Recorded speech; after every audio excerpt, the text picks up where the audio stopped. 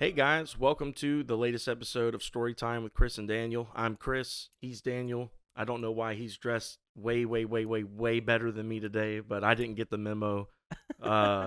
Next time, I'm going to wear a tuxedo, and he'll come in a hoodie and jeans, and eventually... Well, I'm not wearing a tuxedo. Hold on. but I have to one-up your blazer. That's like 10 up.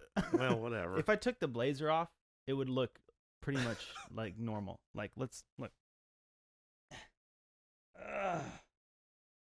This is a lot more difficult. Okay, yeah, the blazer really does it up. I don't know that. So here, this will make you feel better. All right. It's just a blazer. For people who are just listening, they're probably like, man, what is he wearing right now? It's like, it's a sport coat. It was not just a, he looked like a real fancy guy. Like, well, that's just how I look. Even if I was wearing a hoodie, I would still one up you. No, I'm just kidding. That's like 10 up. You could wear 10 tuxedos for all I care. Oh, I mean, if I could fit 10 on me without it looking like, for the audio only people, my arms are up like that kid in A Christmas Story when his mom puts like 8 jackets on him. But yeah, anyway, hello. Welcome back. We're glad to have you. Glad to be back. Glad to be doing another episode. What is this, 5 or 4? I think it's 206. Wow. Yeah. No, I'm just kidding. I think I have a problem. Yeah. No, I think I think it's a 5. Okay. Yep. Good deal. So episode 5. As you can tell by the title, we are doing a top 10 list today. We believe that this is a format that a lot of people look for, and we want to give it a shot and, try our hand at it. I think it's going to make for an interesting and fun discussion, and so we decided for our first official top 10 attempt to tackle a topic that I think we're both really comfortable with. Oh, yeah. Being comedy. So, this was this something you had added to our topic? I think this was one of your ideas. So is this something that you already had some stuff in mind, or like whenever we decided we were doing this, you had to do like me and scramble and your mind completely blanked and you couldn't think of any comedies? Well, I mean, I had the topic in mind, but that's what happened at first. Like, I didn't have any specific movies in mind when I said that. But when you first said, all right, we're doing comedies this week, I was like, okay, great. And then I was like, I can't. Yeah. But then once I got one, it just started. And I was like, oh my gosh. And then I have like honorary mentions now because it's hard to include. Me too. So this is how I assumed we were doing it. But I figured you had a top 10 and I had a top 10. Mm-hmm. Okay. And we're going to argue about why mine's the best. Probably. Yeah. That's how I foresaw it going, at least. I knew it was confirmed when I knocked on his door and he opened and said, "Hey, what are you doing here?" No, I thought it'd be better, for us to each have a top 10 and maybe have that occasional entry on each list where we're like, "What? That's in your top 10?" or "That's that low or that high," or whatever, that'll kind of bring the discussion part in, because the rest of it's just a list. But that's true. I don't know what a list bud is, but I like it. Fair. So, do you want to kind of bounce this back and forth and go 10, 10, 9, 9, 8, 8, or do you want to do 10 through 1, 10 through 1? Let's do 10, 10, 10, 10, 9, 8. Okay. And then if we happen to each mention one that we know is later on in our list, just don't mention it until you get to it. Yeah. I think that's best. We'll keep it a little surprise.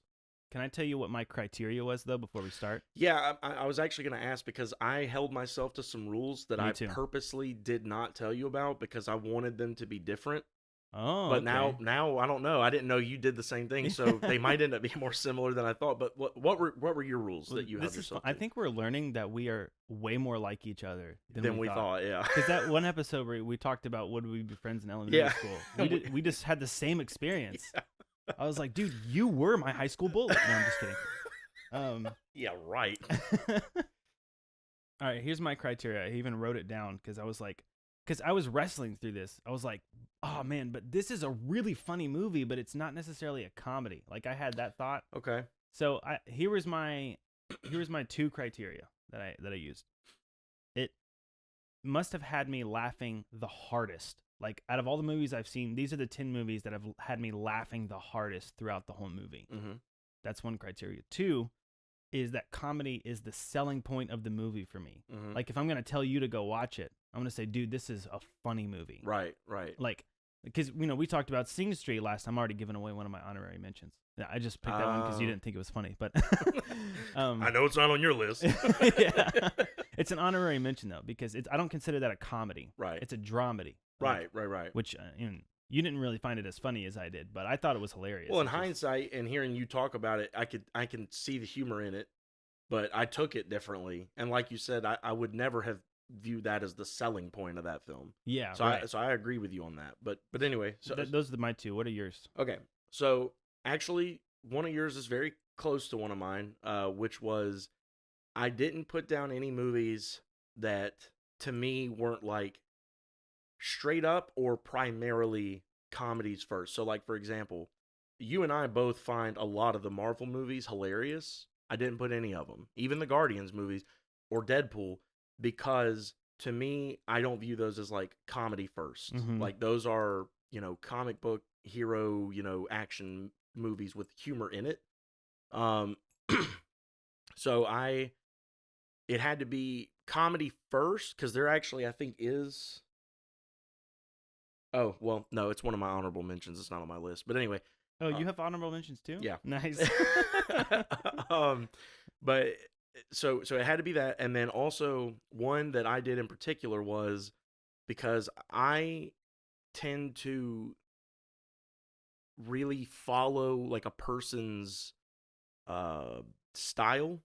Mm-hmm. So like if I like this one actor's movie, there's chances that I probably like 2 or 3 of their movies. So I could only pick one per like leading actor. So like, you'll see a little trend in some of my honorable mentions where like I had to narrow it down between this one or this one, and this is the one I picked, and I have reasons of why this one made it on my actual list versus my honorable mentions. Now, one thing I struggled with, other than just being like, what's a comedy? I can't think of any. Do they exist? Was my first big thing was I found myself deleting movies off my list constantly because I was like, well, people aren't going to agree with that. I don't think people are going to think that's a top 10 comedy. So I got over that, and I realized I wanted to preface this whole thing, at least for myself. I'm not going to speak for you, but for me, saying my top 10 list is not like this objective, these are the most iconic comedy movies. Like, some of these are actually fairly niche, I think. Now, I don't know. You might Google a list of top 100 or 200 comedy, well, they might all be on it. I don't know. Even all my honorable mentions, I have no idea. But I didn't do that. That was another thing. I when I kept hitting a wall, I was like, I'm not looking any up, because I feel like that's cheap. Like, that's not me coming up with it. That's another list, and I'm just like, oh yeah, that's a good one. I remember that now. I wanted to come. I think part of the fun of this is that it's your top 10, right? So it might not. People might disagree with it, but they're wrong. And except for me. And so that's why I was like, well, you know what? As long as I can justify why it's on this list for me, that's all that matters. So that became another criteria, is I don't care what the public reception of it was, because comedies are really polarizing too. Yeah. There's, probably a lot of comedy movies like I found funny that like the general public was like, that sucked. So I was, I got over that. So the main things were, I had to be able to justify why it's on my list. So I have reasons for most of these. No multiple entries per like leading actor or cast or whatever, but usually it's like the main lead. And then wait, say that last one again about the main lead. I did not repeat movies with like. I'm trying to think. I'll use this one because none of his made it on the list, surprisingly. Like Will Ferrell, like if I put like Talladega Nights on my list, I could not put like Elf. Oh, that's interesting. I limited myself to one per lead because, like I said, if I like Will Ferrell, which I do, I'm gonna probably like a lot of. I could almost probably fill a top 10 list with Will Ferrell movies if I like him that much. That's fair. And there's a couple guys on here that they did a lot of movies, and I like a lot of them. But I was like, well, this isn't a them list; it's a comedy list. So I limited myself to one per comedic lead. I did not have that criteria, and I do have multiple movies with the same actor in it. That's good. There's only one actor. That's good. You can probably guess who it is. I think I know who it is. And actually, it's funny because, well, we'll get to it. Okay. I don't want to say that. That might ruin it. Okay. So that was my criteria. Your criteria. So I guess with that being said, let's just kind of jump into it. I can't think of anything else to really lay the groundwork there. Me neither. So you did a fantastic job. Should get a promotion. I should get a blazer. That's what I should do. That's true. Put it over my hoodie. Maybe that'll be the thing from now on, is we're always wearing blazers. That's our. I think a blazer over a hoodie might look cool. You might start a new fashion trend. It might. I feel like that's kind of like what Miles Morales did in Across the Spider-Verse. Oh yeah. Into Spider-Verse. In his little new school he went to. That's a great comedy. Not that I'm. No, I'm just joking. Actually, it is funny. It is funny. It's very funny. But anywho, so I if you're cool with it, I'd like to start with you. You're number 10. Well, I'm not cool with it, but I'll do. So we're doing from 10 to 1. Yeah. Yeah. This is ironic because you already mentioned it. Yours are in order, right? Like yeah. Okay, mine too. I don't know if you noticed I was looking at my phone. I actually forgot to put them in order from 10 to 1, so that's what I was doing while you were talking. I was still listening. Sure. I promise. Now I know how my wife feels. I was listening. All right, go ahead. What? No. Okay. Number 10 is actually Guardians of the Galaxy. Wow. Okay. And the reason it's number 10 is because, for some of the same reasons you mentioned, like, it's not necessarily a comedy, but it is the closest to a comedy of all the Marvel films. It is like 80% comedy, in my opinion. And I have sold that movie to people before by saying it's one of the funniest movies I've seen. It's one of the funniest movies in the Marvel universe. That's the only Marvel movie that's in the list, but it's okay. And I just picked Guardians of the Galaxy. All three of them are hilarious, but the first one caught me by surprise because I was used to Marvel movies. Yeah, and I was like, this movie is like really funny. Yeah, so kind of a breath of fresh air at the time. Yeah. That's fair because I know people who aren't even big into like the Marvel movies like thing, and they watch that and enjoy it just because it is like an action comedy. You know, it's got a lot of other elements to it other than just Marvel stuff. Yeah, so that's fair. I'm trying to get my necklace out of the thing. So my number 10 is where I say some of these may be pretty niche. I don't know. Coming to us from the year 1933. Oh boy. The Marx Brothers Duck Soup. You ever heard of it? Oh, I've heard of that. I've seen that like on streaming services. Have you really? I've never watched it. Yeah. I would recommend it. It is extremely funny. So how I first saw it ever years ago was my sister and I were at home and we were just like scrolling through the the movie channels that Time Warner used to have.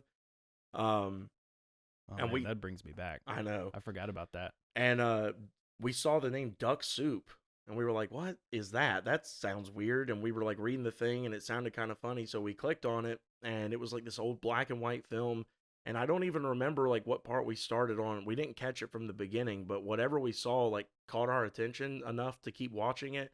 And I just remember being infatuated with the style of comedy they were doing. And for that movie to be as old as it was, I was so shocked that it was resonating with me so much. First of all, I was younger at the time, but on top of that, you know, not all older styles of writing or comedy or movies or things like that, not all older forms of entertainment hit the same with newer audiences.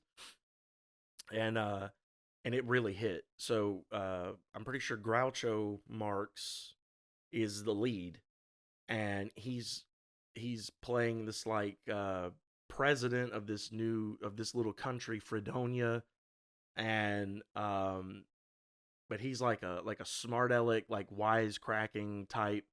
And then a couple of his brothers play these like spies, but they're real goofy. And one of them doesn't talk at all. He carries like a bicycle horn in his belt loop and like steals people's hats and stuff. And it's just really funny. Like just these really funny bits of physical comedy mixed with like just really clever, like witty remarks and things. I was gonna guess that it was like a slapstick style. The two brothers that are like spies are more slapstick. They get into these little slapping matches, and a couple people they run like a popcorn cart outside of the castle where the king president dude is living, and cops and stuff come up and tell them they gotta like move, so they'll like steal his hat, and they'll be replacing, switching all the hats around and kicking him in the butt and things. Nice. It's classic, like you said, just slapstick stuff, but it's really funny and very smooth. Like you could tell they rehearsed it a lot. They got it down really, really good, and it's just it's a really good film. I was worried that it might be a little niche for this, just because I don't know how many people have heard it. The fact that you've at least heard of it made me feel better. I was like, oh, okay, cool. Well, I've only seen it, but I passed it up because I was like, I have no idea what this is. I think it's on Prime. You can rent it for like a couple bucks. I would highly I think you and Claire would enjoy it. It's very funny. It sounds like something we would enjoy. So that's my number 10 is Duck Soup, the Marx Brothers. Do you like other older comedies? Well, if there's any on your list, then don't answer that question. Well, none like that. Yeah. Off the top of my head, I can't even think of any like I'm not gonna say no. I can't think of any other ones off the top of my head. Some older comedies get me, but like the Three Stooges never really clicked for me. Right. See, to me, the Three Stooges is a little they rely a little too heavily on the slapstick. Yeah. And slapstick can be funny, but I think it can be overdone, and I think they overdid it because that was like their shtick. Yeah. The Marx Brothers thing, like it's sprinkled in there, which is why I found it funny, because I didn't expect it, because the main guy is more like a mouthy type. Mm-hmm. And as a matter of fact, if I remember correctly, Mel Blanc, who voiced a lot of the original Looney Tunes characters, said that one of the inspirations for like what Bugs Bunny really became was Groucho Marx. Oh, interesting. A lot of the roles he played, just that real like smart mouthy, like I'm the smartest guy in the room, even though he's kind of dumb sometimes thing. Yeah. Like I remember, so just to give you an example, because this is one thing that sticks out in my mind. There's one part in the movie where the country's going to war, and he tells them, which this is actually a reference to something that really happened in history. I can't remember what war it was, but it's in like American history, I think, of a thing where they were signaling with candlelight in a window something about how the enemy troops were coming. Well, in the movie, he tells his troops in the little bunker, he's like, yeah, they're gonna light one candle if they're coming by land, and two if they're coming by sea. And then the camera pops out the window and you see a candle light up, and then like a couple seconds later another one, and he goes, ah, and then a third one lights up, and he goes, ah, they double crossed me. They're coming by land and sea. And it's like just stupid stuff like that. But it's really funny and clever. But, I guess for me, the slapstick stuff worked because of that stuff was like the main focus. The slapstick was kind of thrown in. But yeah, it's really funny. And yeah, I'm like you. The Three Stooges never really landed that much for me. Well, it's funny because you mentioned how like older styles don't always hit. Right. I don't know what it is about a lot of older movies. Even Rocky. I love Rocky, but even Rocky is like this to some extent. Is it just me, or is the dialogue weirder in older films like that sometimes, where it's kind of hard to follow what they're saying? Sometimes, I think, and it's funny, this almost kind of is a full circle moment going back to our first episode, but, we talked about how I don't think the first version of something will ever be the best. Right. Like, yeah. I think things constantly improve or they go away. And, film is no exception. I think that there are really, really, really good classic movies like a Rocky that still weren't really at the peak of what I think movies are, or Sure. probably even could be later down the road. So to that effect, what I would say is probably what it is they were struggling to find a balance of, show don't tell.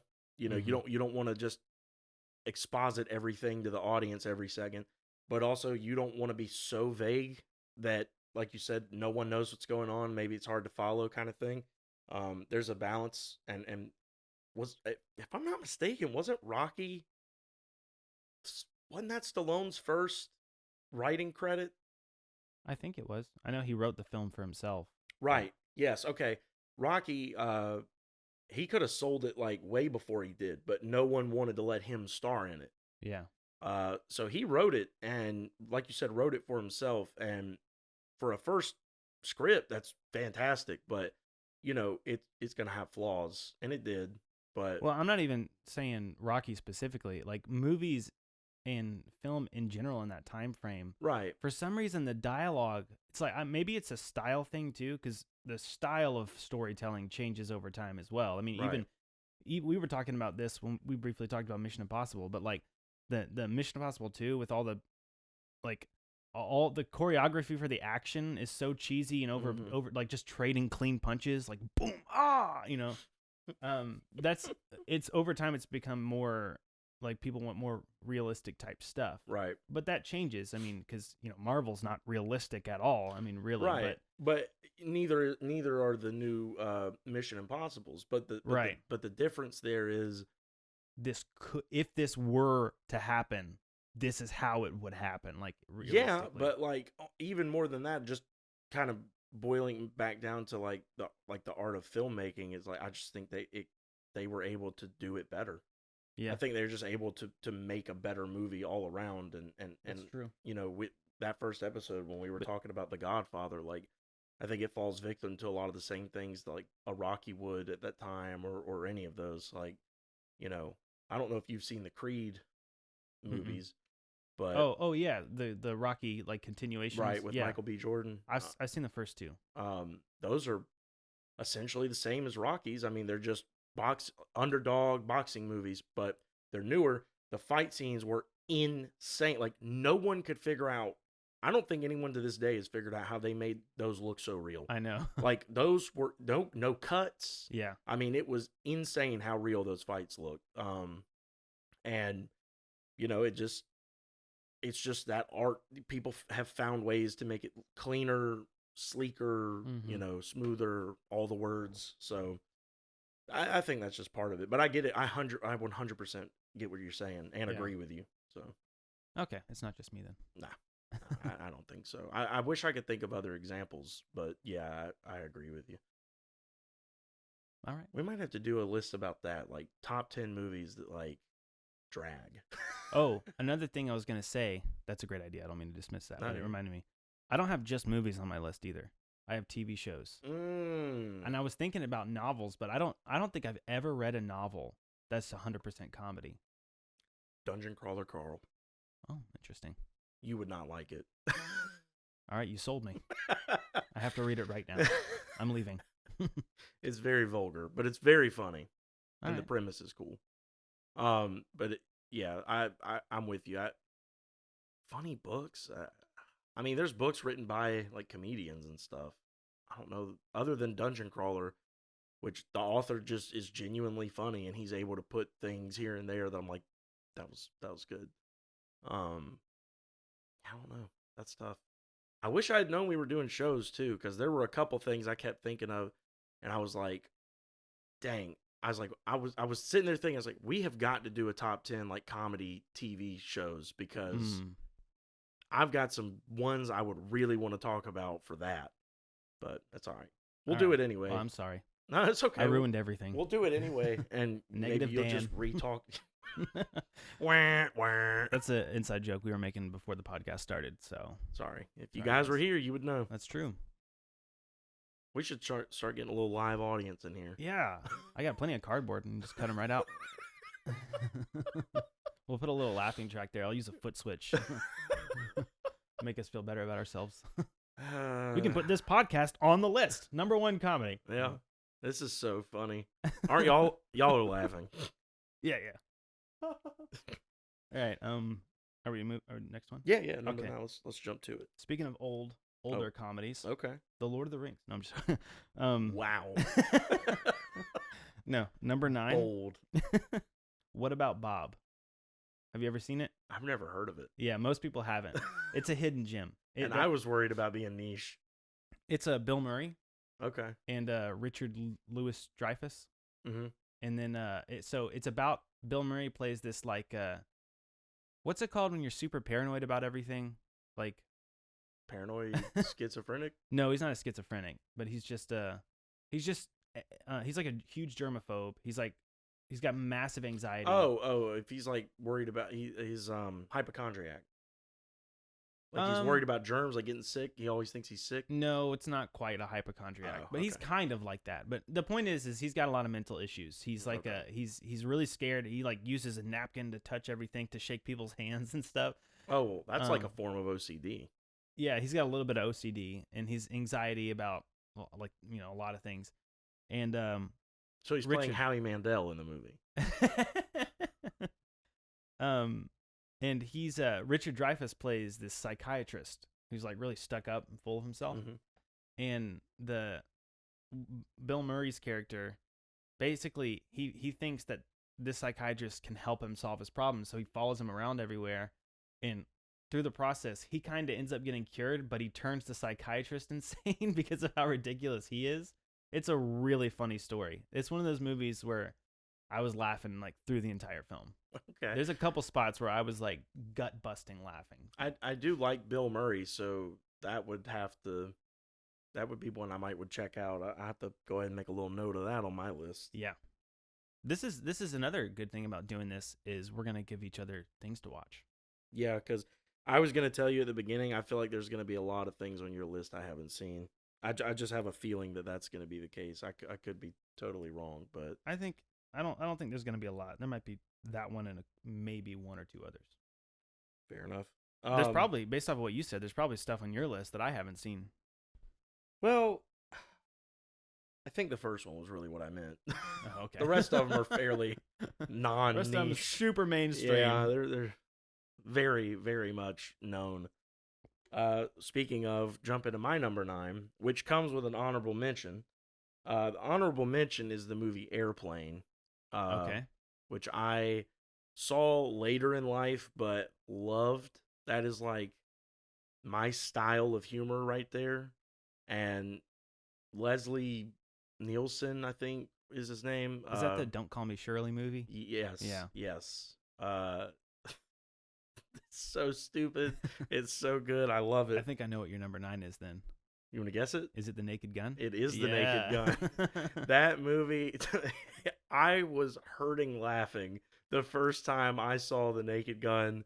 And what it was I'd been shown Airplane not too long before, and The Naked Gun was on Netflix at the time. And I was scrolling through Netflix and saw that, and I saw he was in it, and I was like, oh my gosh, this is that dude from the Airplane movie. And I watched it, and I was dying. It was so freaking funny. And it was like Airplane, but cranked up to 11. I mean, I didn't know it could get dumber, and it got dumber, and I love it. Just the stupid little, he walks in the guy's, the rich dude's like office or whatever, and he holds out a box of cigars, and he's like, Cuban? He goes, no, Dutch Irish on my father's side.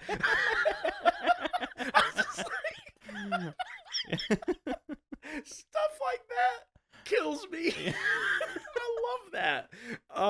Yeah, that's good stuff. So that had to be on the list. I'm somewhat surprised it didn't make it higher, but I think the reason it didn't make it higher was kind of its iconic status compared to some of these other, and then also not nostalgia, but like well, yeah, I guess nostalgia, like kind of a nostalgic bias for some of these that get higher up. Just the memories of watching, like that one I just kind of watched alone after seeing another movie, and it was hilarious. It was funny enough to make it on the list, but some of these are just like really good memory movies for me too. So, but yeah, so that's my number 9, The Naked Gun. Nice. Naked Gun is funny. It's hilarious. That conversation brought up 2 movies that I wrote down an honorary mention. I was like, I can't believe I forgot about these, but I still think they're honorary mentions. Like, Okay. I wouldn't replace them with anything on the list. But yeah, Naked Gun is funny. I haven't seen it in a really long time. I've actually never seen Airplane either. So I need to go watch it. Really? Yeah. Okay. Yeah. Airplanes, I mean, it's similar vein. Yeah. The reason honorable mention for me is because I think Naked Gun is better. So I didn't put Airplane on the list, even though it is fairly iconic in like the comedy movie realm. But first of all, he's kind of a lead in that movie, so I wanted to pick one or the other. And he's more of a lead in Naked Gun, and to me, it's just more like of a concentrated version of all the things I liked about Airplane. So that's why I went with it. But yeah, I mean, you said it was like goes to 11. It's like it's like an Airplane, but on 11. So that makes sense. Right. So all right, let's switch it up. You give me your number 8 first. Oh, okay. All right. So my number 8. This is where I started to feel self-conscious a little bit because people have their opinions about this man. Okay. Oh boy. And the bottom line is, I'm willing to meet in the middle and say, in most of my lifetime, he has sucked. But for a little bit, in the early 90s, maybe early to mid, he was killing it. And that is Adam Sandler. And the movie I picked is Happy Gilmore. Oh yeah. Because that is a hilarious movie. That is a funny movie. That is a hilarious movie. You could say what you want about his more recent releases. I know they've become formulaic, watered down. I get it. But bless you. Thanks. I love old Adam Sandler. It's hard to beat. I mean, those were pretty era defining, really. I mean, definitely. You know, when you look back at it, he was kind of running that section of movie. I mean, you know, he was kind of on a roll there for a bit. Yeah. So I had to throw one of them in there. I don't know if I have any. No, I don't have any of his other ones on. My dad would kill me for not choosing Waterboy over Happy Gilmore. Oh, that's a tough one. But those are both funny. They're both funny. I've always liked Happy Gilmore better. Well, I think I would agree with that just because Waterboy is funny despite the Waterboy. Like the character. Like the Waterboy character is funny, like but his kind of like kind of stuff, it didn't really hit for me. It was more just the writing around the character and all the other characters. Yeah. That the funniest scene in The Waterboy to me is when the coach Henry Winkler gets so mad and he's like, I cried like a 10-year-old girl, and he throws that thing out the window and it just hits the professor. You know what I'm talking about? It's been a long time since I've seen that one. I was like 10 when my friend saw that, and we did you remember the DVDs you could hit A, B, repeat? And you would just repeat a scene. Oh, we just did that. And we were just like, ah! I never knew what that meant. A-B repeat? Yeah, I never knew what that meant. I discovered it by accident one day, and I watched all movies like that. I was just like, look, if you just repeat this is funny. And everyone's like, hey, we're not watching movies with you anymore, Daniel. People were already like that. I was in a room by myself going, yay! Well, it's because you made them feel bad because you always showed up wearing a blazer. Yeah, that's true. We're here to hang out and have fun, and you're here to make a business deal. Hey, don't hate me because I'm beautiful. No, I hate you because you look rich. What? That's like a $5 blazer from Goodwill or something. Well, I can't help it. I think I got that one at JCPenney. I can't help it that you have good taste and you're frugal. Is frugal the right word? I guess so. I don't know. I'm like, not rich. Cheap, like good with your money, like yeah. Penny Frugal's pinch? well, frugal is like the good version of cheap. Okay, like, that's what I meant. Cheap is the extreme frugal, where it's like to the point where it's bad. Okay. Frugal is just like you don't frivolously spend your money. Good point. All right, that's what I meant. All right, yeah. Want to make sure. All right, so you're number 8. My number 8 is a TV show. Okay. Seinfeld. Can't go wrong with Seinfeld. Now, I think I know how you feel about this one. You don't like Seinfeld. And if you have a moment, I'd love to talk to you about our Lord and Savior, Jesus Christ. Well, I have more than a moment for you to talk to me about it. Because here's the thing. Okay. I need you to, because I'm about to meet him, because I'm gonna die of boredom if I watch Seinfeld. Okay, but I think we've had this conversation before. You only watched the early episodes. Like Seinfeld. Well, that's not true. I don't think. I mean, I've never sat down and watched the show, like got on Netflix and like hit season 1, episode 1, and tried to watch the show. I've just seen episodes of it like throughout my life. So I've probably seen some from like the last season, some from the first, some from the middle. Well, last time we talked about this, I feel like I remembered you describing what you saw, and I was like, those are the early episodes. The truth is, Seinfeld actually didn't test well at all when it first came out. Like, most people didn't like it. It slowly started to gain popularity. And by, I would say, around like season 5 is when they had it dialed in.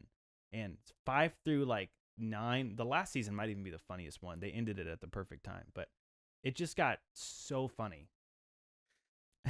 So here's what I recommend that we do sometime. I'm going to pick the funniest Seinfeld episode that I can think of, and we're going to watch it together. It's only 30 minutes long.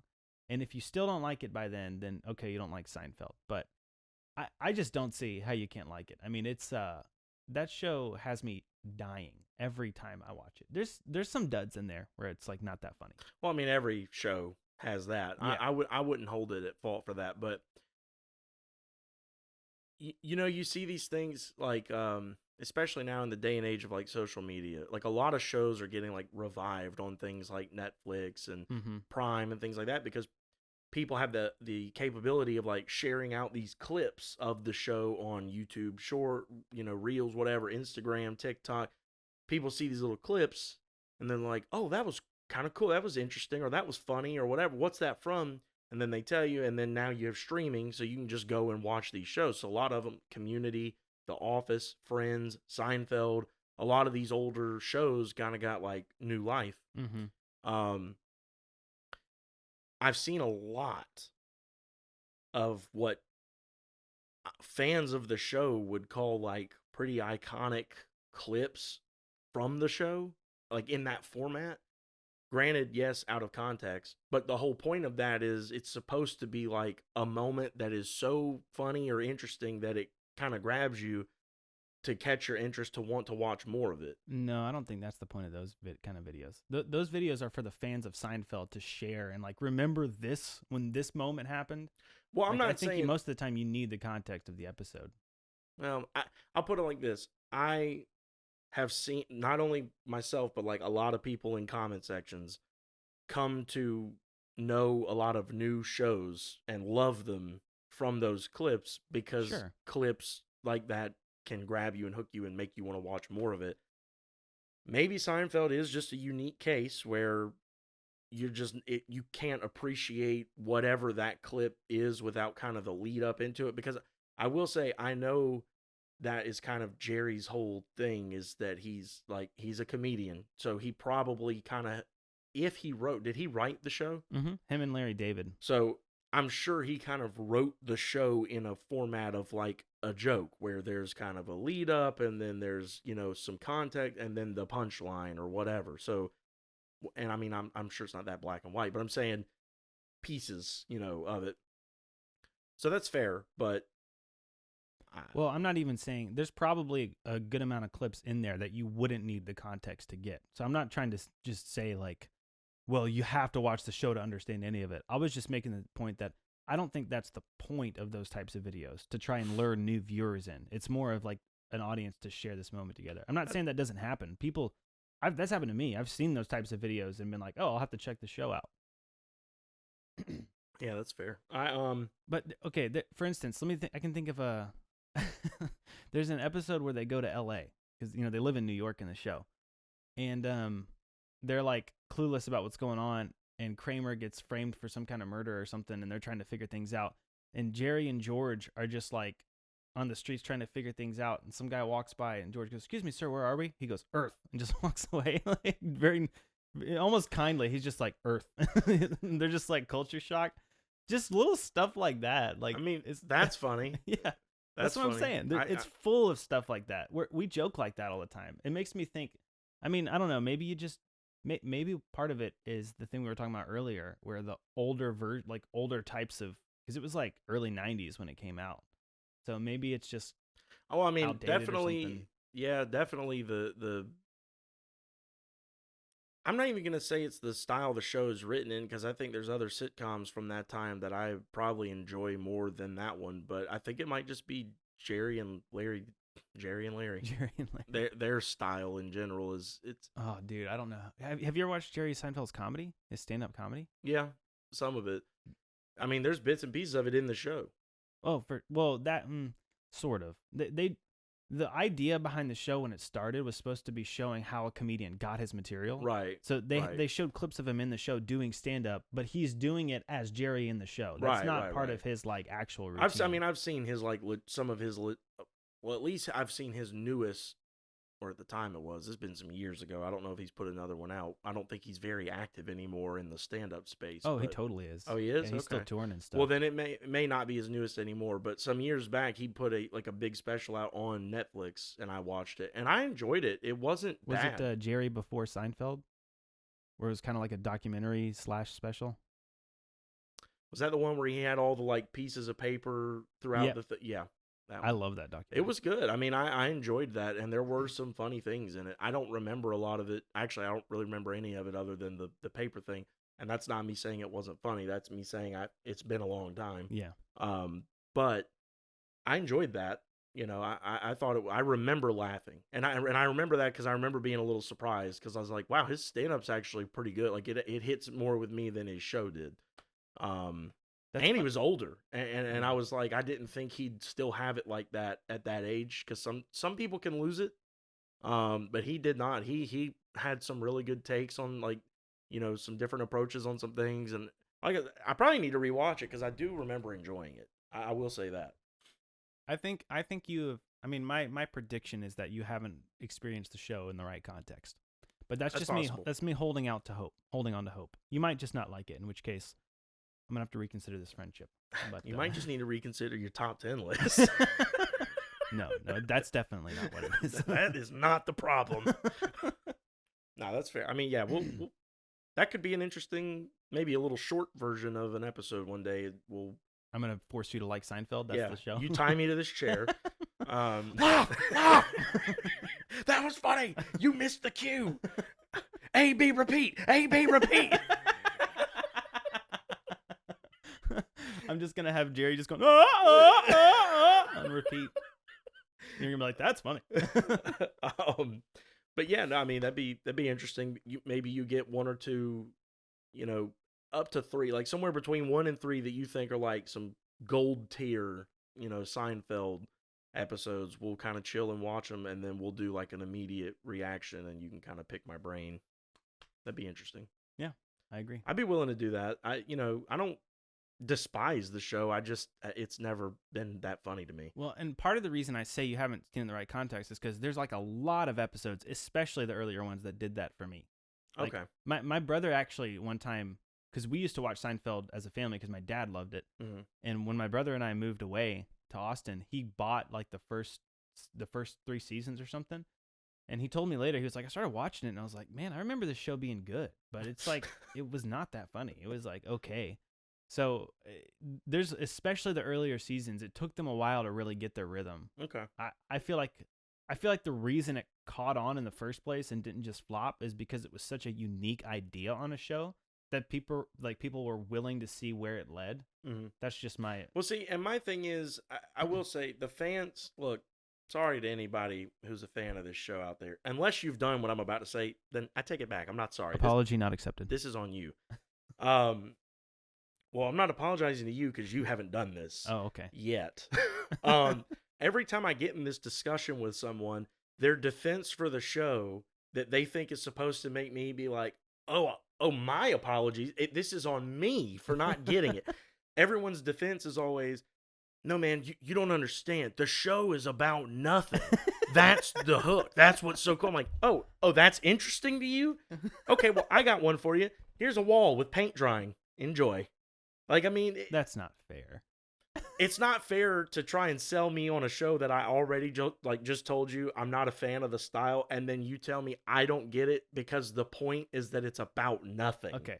That's fair. Like, I wouldn't try to sell it to someone that way. But part of the selling point for me, what's so funny about it to me, is that it's a show about nothing. Because I'm not saying that. I'm not trying to convince you to watch it because of that. I'm just saying that's one of the things I think is funny about it. It's like they somehow like they're talking about the tiniest little things that like everyone's experienced, but no one puts this much thought. Like there's an episode when they're on the plane and they're in first class and they're just Jerry got to experience first class for the first time and he's like talking every scene it goes back to him. There's something they're enjoying about first class again, and he's with this girl and they're eating ice cream and he goes, "Do you know what they did? They put the fudge at the bottom. That enables you to control your fudge distribution as you're eating the ice cream." It's just like, who would even think of something like that? And then she says, "I've never known someone who knew so much about nothing." That's funny to me. I almost sounded like Jerry when I said that. That's funny to me. What's up with that? Airline ice cream. Look, I'm not trying to convince you to watch it right now. I'm just telling you. No, I what. I get it. Yeah. I'm just.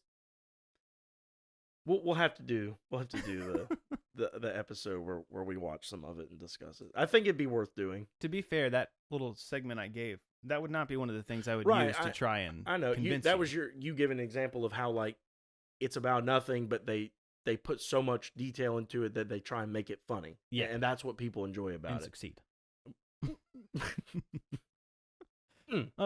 You know, this is funny because in our first episode, It's funnier than Seinfeld. All right, now. Okay, it's funnier than Lord of the Rings. That's true. All That's right. true. Although the funny part was like, "Not the man!" in Lord of the Rings. You know, that was pretty funny. The funny thing is, the first episode we had this discussion where I was like, I don't actually think art is necessarily 100% subjective. You remember when we had that discussion? Mm-hmm. And now I'm trying to be like, well, this is why it's funny for me. Yeah. And you're just like, it's not funny. So Well, the roles have switched. And I was going to say, it's actually really switched because really you're in what I would call the majority. I think most people agree with you that Seinfeld is funny because it is about nothing. Like there's no point, there's no plot. It's these day-to-day little things that the continuation is the relationships. That's the continuous thread. But really, other than that, I mean, it's whatever. And people for some reason just they love that. A lot of people do. I mean, it's iconic for a reason. I know I'm in the minority, but yes, it's you're arguing the subjectivity of it, and I mean, I guess I'm still arguing the subjectivity of it, but in a different way. Well, sort of. The right way. No, that's not it. The left way. Yeah, but again, like I'm not trying to argue for anything when it comes to the show about nothing part. I was just explaining to you why I think it's funny. Right, but that's what I'm saying. I am trying to argue that I do think if you got the right episodes in there, because you laugh at the stuff that we joke about all the time. Is like I joke in the same way that they joke on the show all the time. Well, so I guess for me that begs the question. Let's say you showed me 3 episodes and I laughed at all 3, and I thought all 3 were pretty darn good. How many seasons of the show are there? 9.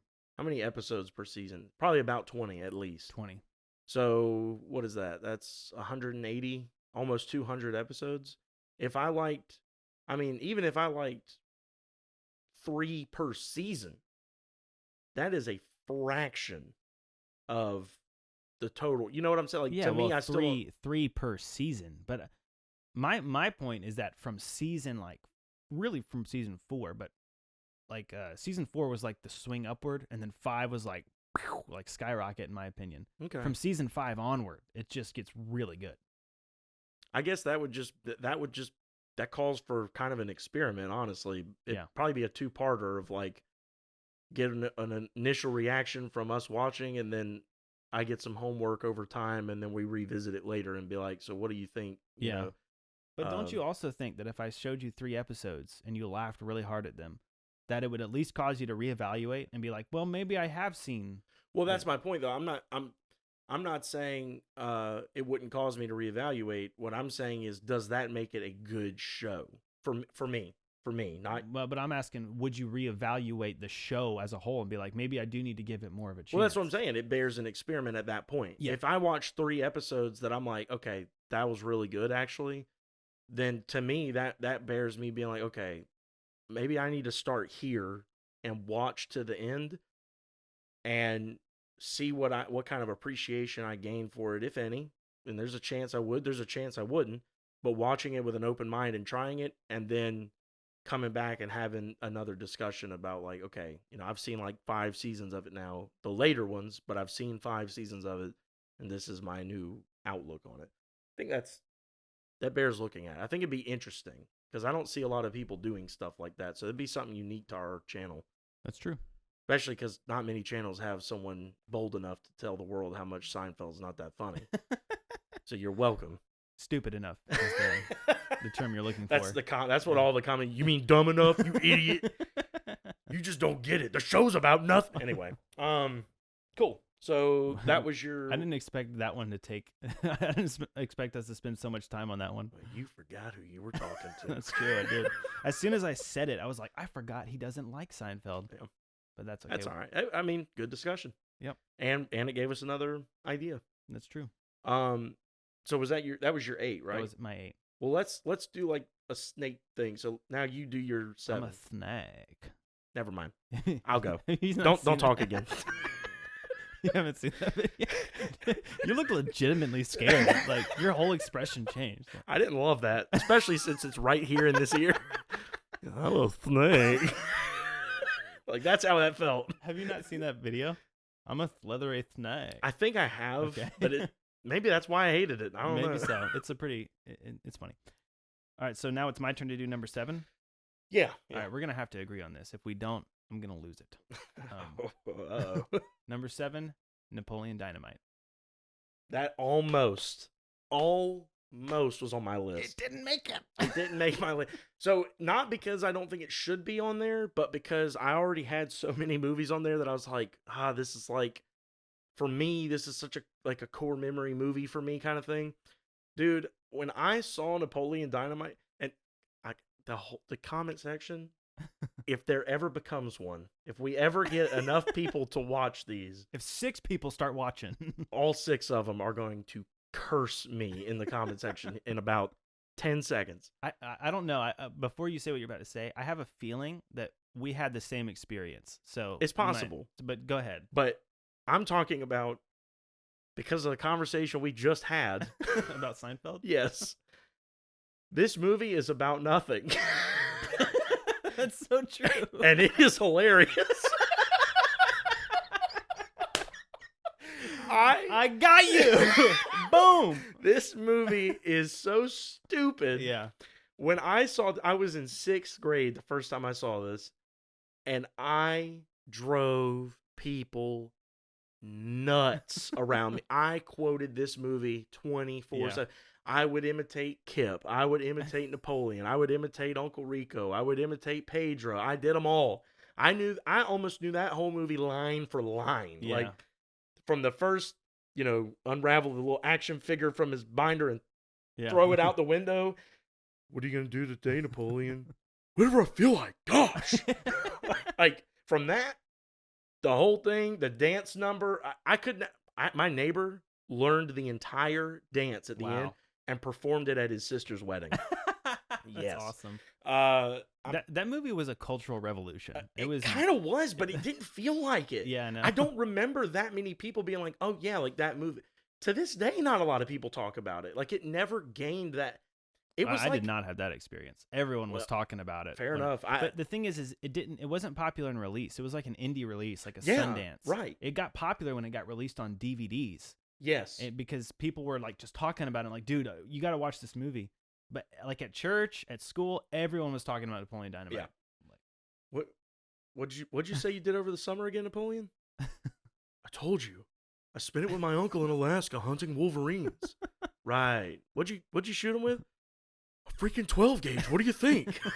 It's a great movie. It really is. Something funny about that movie. I was actually just yesterday listening to the Nate Land podcast with Nate Bargatze. Oh, okay. Okay. And they had a guest on there who was from Idaho. And he said, because Napoleon Dynamite takes place in Idaho, he said that movie got popular in Idaho because it accurately represents what it's like living in Idaho. He said he thought it was a documentary. So wow. He wasn't being serious. He was joking. He was just like, it was so accurate, like how much they. Did they ever mention that in the movie? Well, that they're from Idaho? Yeah. Yeah, they do mention it. When?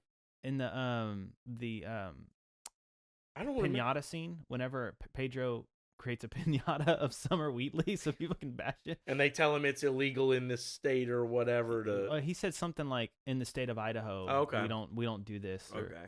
And that's a real school. I think it's called Preston High School in Did Idaho. they film there? Mm-hmm. They filmed in Idaho. I think so. Yeah. That's wild. Yeah. That's pretty cool. So It looks so empty. yeah, I know. I didn't know where the heck they filmed because I was like, this looks like a desert. I mean, there's just nothing out here. It is a desert, pretty much. But I thought Idaho is where they grow like a lot of potatoes and stuff. They I do. thought it'd be pretty fertile.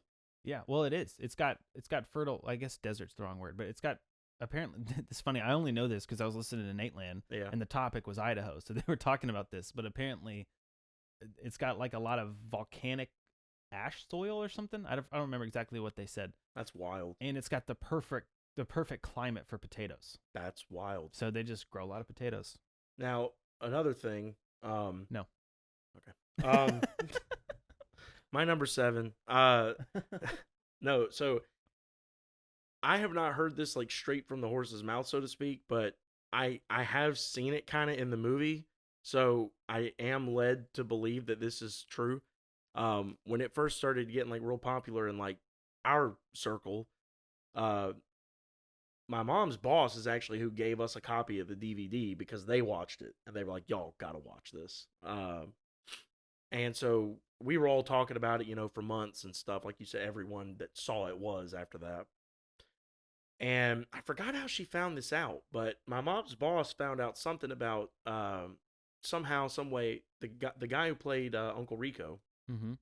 You remember through the whole movie, he was cutting up and eating steak. Oh yeah, yeah. You know what I'm about to say? Yeah. He's vegetarian. Yeah. and they were talking about how you can actually see the actor in certain scenes like spit it out or like do things like this, and he's clearly like taking it out of his mouth. Yeah. But his whole character was about eating steak, so he constantly had to do it. Yeah. Which I thought was an interesting little fun fact because he did it real smooth. I never noticed it on first or second watch, but when you know it and you go back and watch, there's always a way that they do either a cut or he does something to where he gets the steak out of his mouth after he eats it. But they have to get the shot of him like chewing and talking because that's how he was. So that's really cool. Yeah. And I'm gonna be honest, actors get a lot of flack. There's bad apples in every bunch. It's probably a really tough thing to be an actor. Yeah. You really got to probably step out of your comfort zone for a lot of things if you want to make it. If you're an actor and you haven't had a big role yet and someone comes to you and says, "Hey, we got a role for you. You'd be perfect for it. We're going to pay you. You're going to make a living doing the thing you've been trying to do for years. Are you in?" Well, yeah. What do I got to do? Well, you got to eat steak. Yeah. Well, I'm vegetarian. Yeah. Well, you got to eat steak. Like, I mean, like that's crazy. Like, I don't think I could do that. Yeah. I mean, not for a whole movie. I mean, cause you know how many takes they have to do of each scene, dude? Oh man. That's tough. I was listening to like a behind the scenes thing of like the Office Ladies podcast. They were talking, about things, takes where they would, have episodes where they were eating something, and man, they have like spit buckets and stuff. It's nasty. It's disgusting. But I mean, what are you gonna do? You can't gorge on food all day. You'll throw up. Yeah. Yeah, it's great. I could do it. Oh yeah? No. Yeah. I pretty much do it anyway. Yeah, right. I could tell. Okay, cool. So yeah, that was what you said about being an actor is tough reminds me of something I heard that happened on another movie, but that movie's on my list. So I'm going to wait till we get to there to talk about it. Okay. All right. So that was your number 7. So my number 7 is another one that's a little bit of a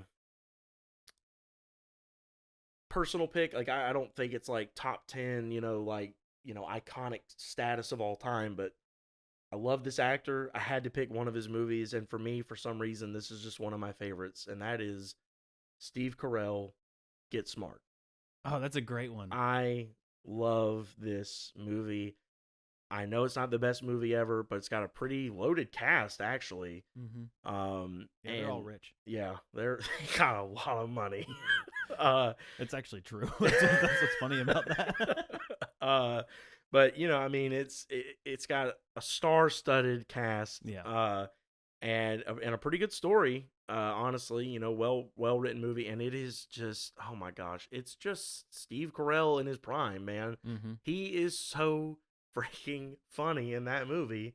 Uh, oh, 8 o'clock, time to punch Max in the face. I love him, dude. Yeah. It's hard to beat classic, like, prime Steve Carell. I agree. It's possible because there are 6 other movies ahead of it on this list, That's true. but it's hard. There's my favorite scene in that movie is when he takes the stapler and just staples the bear. Every time I see that scene, I'm in tears. It's just the way it played. It was totally unexpected. So yeah. Did you ever watch All That? Yeah. Okay. There's a skit that I can never find, but it is so funny. Wow, I laughed so hard there. It's making me dizzy. I got you. Oh, thank you. We'll be right back. But they're in science class, Mhm. and a kid didn't have a project ready, and so he was like, "All right, can you come up and show the class your project?" And he takes a stapler and he's like, "Observe. This will send pain receptors to my brain." And he just goes, "Oh!" And the class goes like, I wish I could remember that scene. I just saw it when I was really little. Yeah, I don't remember that at all. Yeah, it's really funny. All That had some pretty good sketches on it. They sure did. Did you watch the behind the scenes thing about, like, what's it called? Behind the Curtain or something like Quiet that? on Set? Quiet on Set. Oh, yeah. I haven't watched the whole thing, but I know what it's all about. Dude, really devastating. It's rough. I can't watch any of those old Nickelodeon shows anymore without knowing what so many of them were going through. I don't know why, but it made me want to go rewatch Drake and Josh, like, just because. So, like, the thing of it is like, he actually got away from a lot of it by going to Mhm. that show because Yeah. he wouldn't let that other guy come to the thing. So I guess maybe that was part of it, is just knowing he was in a better environment on a better set. Drake and Josh is for sure forever a company. Like, if I was doing a top 10 comedy shows list, which we're going to do for another episode because now we have to, because now you started it already, Drake and Josh would be on it. Classic. Sorry for that noise. There is I guess a motorcycle Oh, is that what that was? with a loud radio that just pulled up, I guess, in I don't even- Daniel's backyard. I guess so. I don't know. I don't know if you can hear it on the. Yeah, I could. Oh, okay. Well, there you go. But yeah, that would be on it. I actually didn't pick Drake and Josh, and that was a tough one for me, only because, like I said, my criteria is I had to be laughing like the entire time, and like, well, I guess technically those would be the thing, but it just wasn't as good as the other options that I had, and that was a tough thing because I love Drake and Josh. There's some hilarious moments. Drake in and that show. Josh, man, Crazy Steve. Yeah. Why, Dora? You're the explorer. Why are you asking me? That's classic. It's good stuff. Okay, so you want me to? Yeah, you do number 6, and then I'll do my number 6. Okay. Just don't do number 2. All right, I'll skip it. Okay, so my number 6 is Anchorman 2. Dude, I'm so happy to hear you say this. I actually forgot about those, and I didn't put them on my list. But Oh, okay, yeah. So I guess I did put a Will Ferrell movie on here. You did. My bad. Whoops. Go ahead. no, you go. This is yours. I'm not trying to steal your thunder. No, I was I already came in with a blazer. I need to tone it down. So please back off. No, this movie. So funny story. I had. Thank you, Ian. What's your number 6? I had tried to watch Anchorman 1 years before. Someone let me borrow it. I had never seen it. Tried to watch it. Kind of bounced off of it. Like, I didn't hate it or anything. Maybe I just wasn't in that headspace or that mood. I don't know. I just didn't love it. So I never ended up going back to rewatch it. I knew there were like classic scenes from it. You know, there were a bunch of memes regarding it. And I don't know. I never went back and gave it another shot. Anchorman 2 comes out in theaters, and I there was something in the trailers or something that just it cracked me up.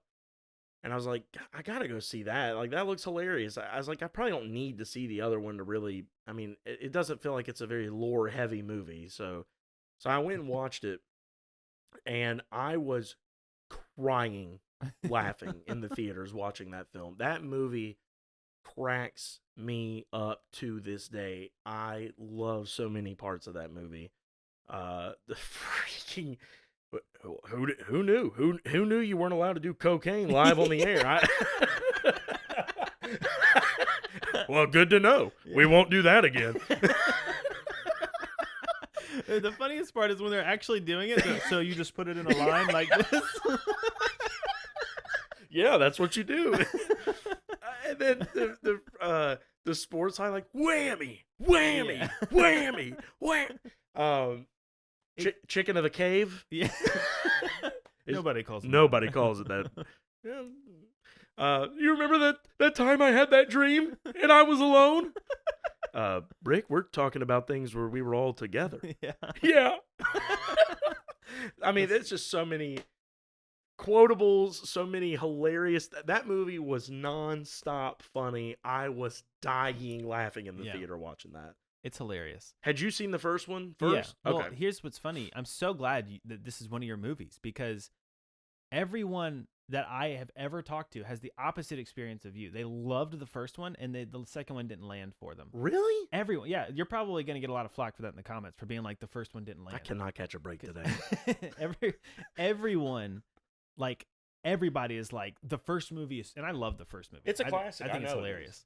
But now in hindsight, I don't know why the second movie didn't hit, because I thought it was super funny. Like, I tell that to everyone. I'm like, what didn't land for you? Yeah. And like the part where I was like sold on the movie is in the RV when they and they, like setting it up. Yeah. Well, it's a good thing we brought these bowling balls. What are you still frying all that stuff in the deep fryer in an RV? Do you want to? Something funny about that is that actually I think was a legitimate case where someone put cruise control in an RV and they thought it meant autopilot, and they tried to sue the company or something. That makes it even better. I know. But yeah, the funny thing about that was I didn't catch it the first time I watched it. I was just like, they're just talking about random stuff. So then when it flips and you see a scorpion come and pinch him and a bowling ball come and hit him in the face, and then the oil, like, and by the way, every like third cut is just Brick flying through all of it without getting hit by anything. Yeah. He's like, yeah. Yeah. It's hilarious. And then when it crashes and they go, that's going to be a story. Yes.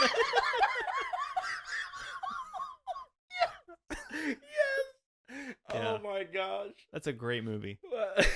Yeah, that's even, it's good if even just talking about it can make you laugh that deep and genuinely. I love that movie. Yeah. So I had to put it on the list. For me, I put it above one just because the experience I had personally with it. Sorry if that's not the popular opinion. But I'm probably gonna go rewatch that within the next few days now, just because of us talking about it. So have you rewatched the first one since the second? Yes. Okay. Yeah. And I liked it. You liked it better? Not well. No, I'm saying better than the first time you watched it. Yeah. Yeah. I didn't bounce off of it. Yeah. But the second one will always have a special place in my heart. Another part, like, that's what's so fun. It blew my mind people didn't like the second one, because to me it took all of the good parts about the first one and like amplified them. Like, I agree. In the beginning when he's going, I love scotch, here it goes down to my belly. In the first one, that's classic. It's hilarious. But then in the second one, he's like, they're coming from the back door! Grab the children!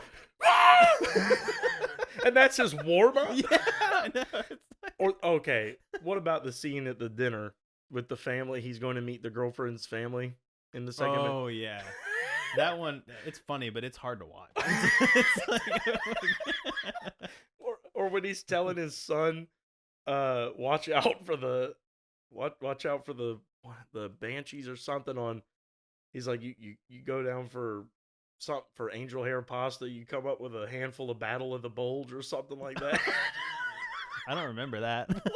Yeah, I don't remember that Oh part. my gosh. Anyway, no, that movie is hilarious. It's very funny. I love it, dude. And the thing that gets me is I'm pretty sure that whole cast is just riffing the whole time. I don't think a lot of that was even scripted.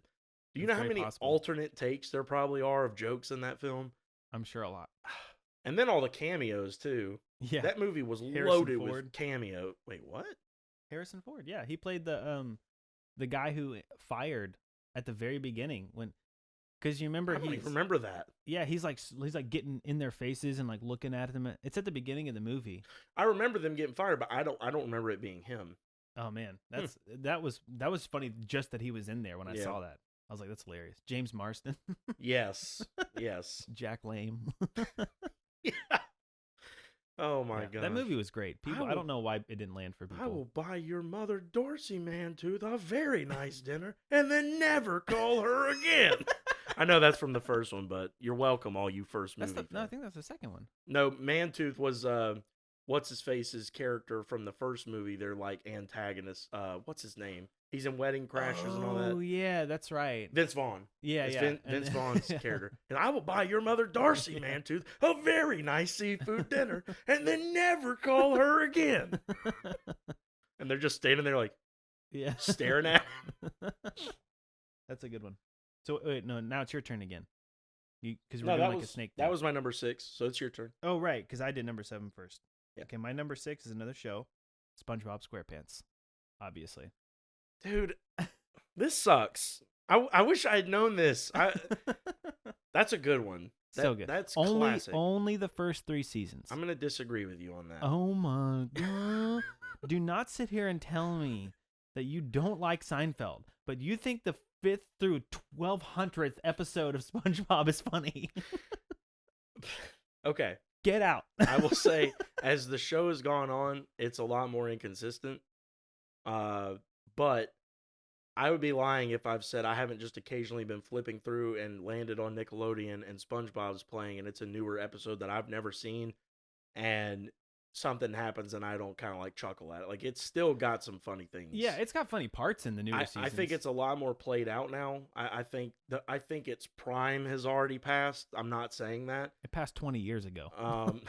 I don't know about that. See, to the, me, the SpongeBob movie, the first movie. oh my gosh, That a lot of people didn't like that, but I thought the movie was hilarious. the movie was so good. But that was the end. That was where it capped. And I'm not saying it's never funny since then, but the seasons past that are just bleh. They just don't have the same kind of The second movie that came out, sponge out of water, I think. yeah, maybe. And is that the one where like there's like a thing with like a cosmic dolphin that they're Yeah. like there was a scene in that where like they're trying to like sneak past a guard or something, and they're like, you got to tell him like a bedtime story or something, and he was like, once upon a time there was a big dumb something, the end, or something like. I think maybe it was Patrick, because I think he said a big dumb starfish, the end, or something like that. It cracked me up. Like there's still things in it that make me laugh. I will say I agree that the prime has passed. I don't know if I'd say it passed 20 years ago. I mean, well, I don't know. 20 years ago we were 10, and that show came out. Well, I was 10. You were probably what, 12? Something like that. What? When did that show come out? 99? Yeah, 99. Okay. It peaked in like 2003, 2004. I mean, after the third season, one of the reasons Well, is they got that a would have new been writer. 5 seasons, and I was thinking about the first 5-ish seasons were the gold era. Like, Yeah, I guess you're right, but I take it back with the year that I mentioned then, because like for me, after the movie, it just tanked. It was just not the same show anymore. It had a different kind of feel. Like the jokes hit differently. oh come on, you didn't like, because this episode came out after the movie. You didn't like the Krabby Hotel, Krusty Krab Hotel, whatever. No, Where they it's turn- like we will never deny a guest. No matter the request. Yeah, I and thought they that walk one up was- into the room and he's got like a tray full of Krabby Patties, and Patrick's like, I don't like the crust. And he's like, it's a bun. It's all crust. Yeah. You didn't like that? I don't remember that specific scene, but I remember watching that episode. That was one of the few episodes that I tried after the movie and was like, this just doesn't. maybe if those newer seasons had been an entirely separate show and I had no reference to the old SpongeBob, I might have liked them a little bit more. But because they were supposed to be a continuation of something I already loved, like it just, for one, they got a new writer. I don't know if you knew that, but Oh, I know. Yeah, their whole team kind of was in and out and whatever. But except for the voice actors, I think. well, yeah. Yeah, so it just did not hit the same for me. Those first 3 seasons of SpongeBob are just so funny. The second and third in particular, they really hit their stride. I was gonna say the first season I think is very over romanticized. Well, it's because it was the first one, and everyone's like, this, because it was so dumb that no one expected it to do anything, and then it was like, this show's actually pretty funny. Because to me, I'm really just gonna get grilled. The Krusty Krab pizza episode is not that great. It's not that great. It's good. It's good, but it's not show defining great. What? This is worse than your Seinfeld take. Well, I'm glad I hit a new low. To me, it's like, look, it's a classic. Again, this goes back to I don't think the first version of something could ever be the best. The first season of SpongeBob is good. Obviously, it got picked up for more, and it became what it became. It's good. It was a good foundation for the better things that came later.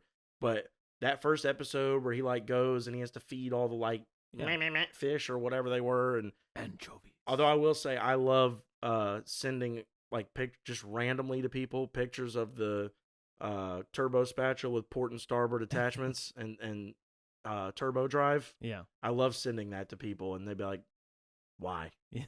I don't know why that quote just lives in my head, but I love that. It's funny. It's good. The Krusty Krab pizza, funny, classic Krusty Krab. Okay, well, I agree with your statement about this first season as a whole and the first episode. The first episode was it was funny, but it was not. The funniest part in that whole first episode is when he's like, that smelly smell, the kind of smelly smell that smells smelly. That's the funny part. But the Krusty Krab pizza episode is the peak episode of the first season. That whole episode that's the best episode in the whole season. It's not quite as good as some of the episodes that come later on. But that's if I were to introduce anyone to the first season of SpongeBob, that's the episode I'd pick. Why? Well, you backed up.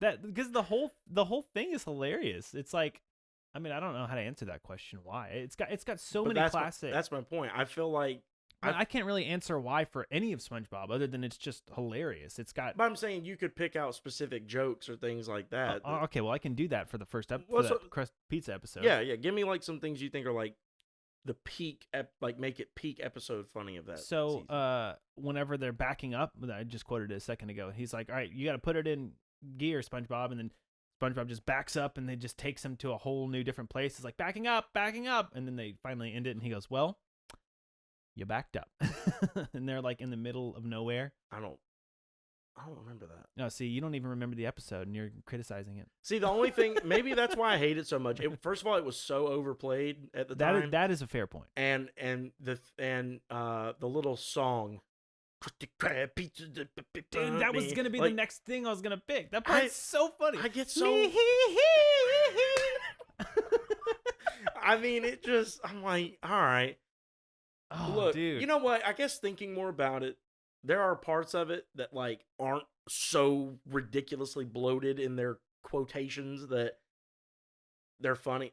I did the it's not just a boulder, yeah. It's a rock. That's funny. Or what about the part where there's a storm and SpongeBob's hanging onto the pizza and he's like, "SpongeBob, let go of the pizza," and he's like, "No, it's for the customer. Who cares about the customer? I do." "Well, I don't." The whole storm stops and he just goes, "Squidward," and then the storm picks up again. I didn't remember that either. Okay, yeah, you got to rewatch the episode. We're gonna watch Seinfeld. We're gonna watch the Krusty Krab pizza episode. We're gonna watch all the Lord of the Rings. Can you just live with me? Yeah. Honestly, we need help with rent. This is not a monetized podcast, if you know what I'm saying. Could be. I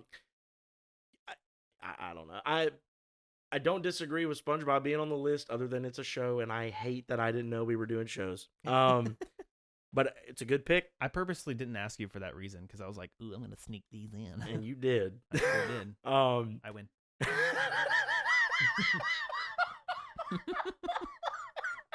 That was, for some reason, that was funnier than anything on Seinfeld.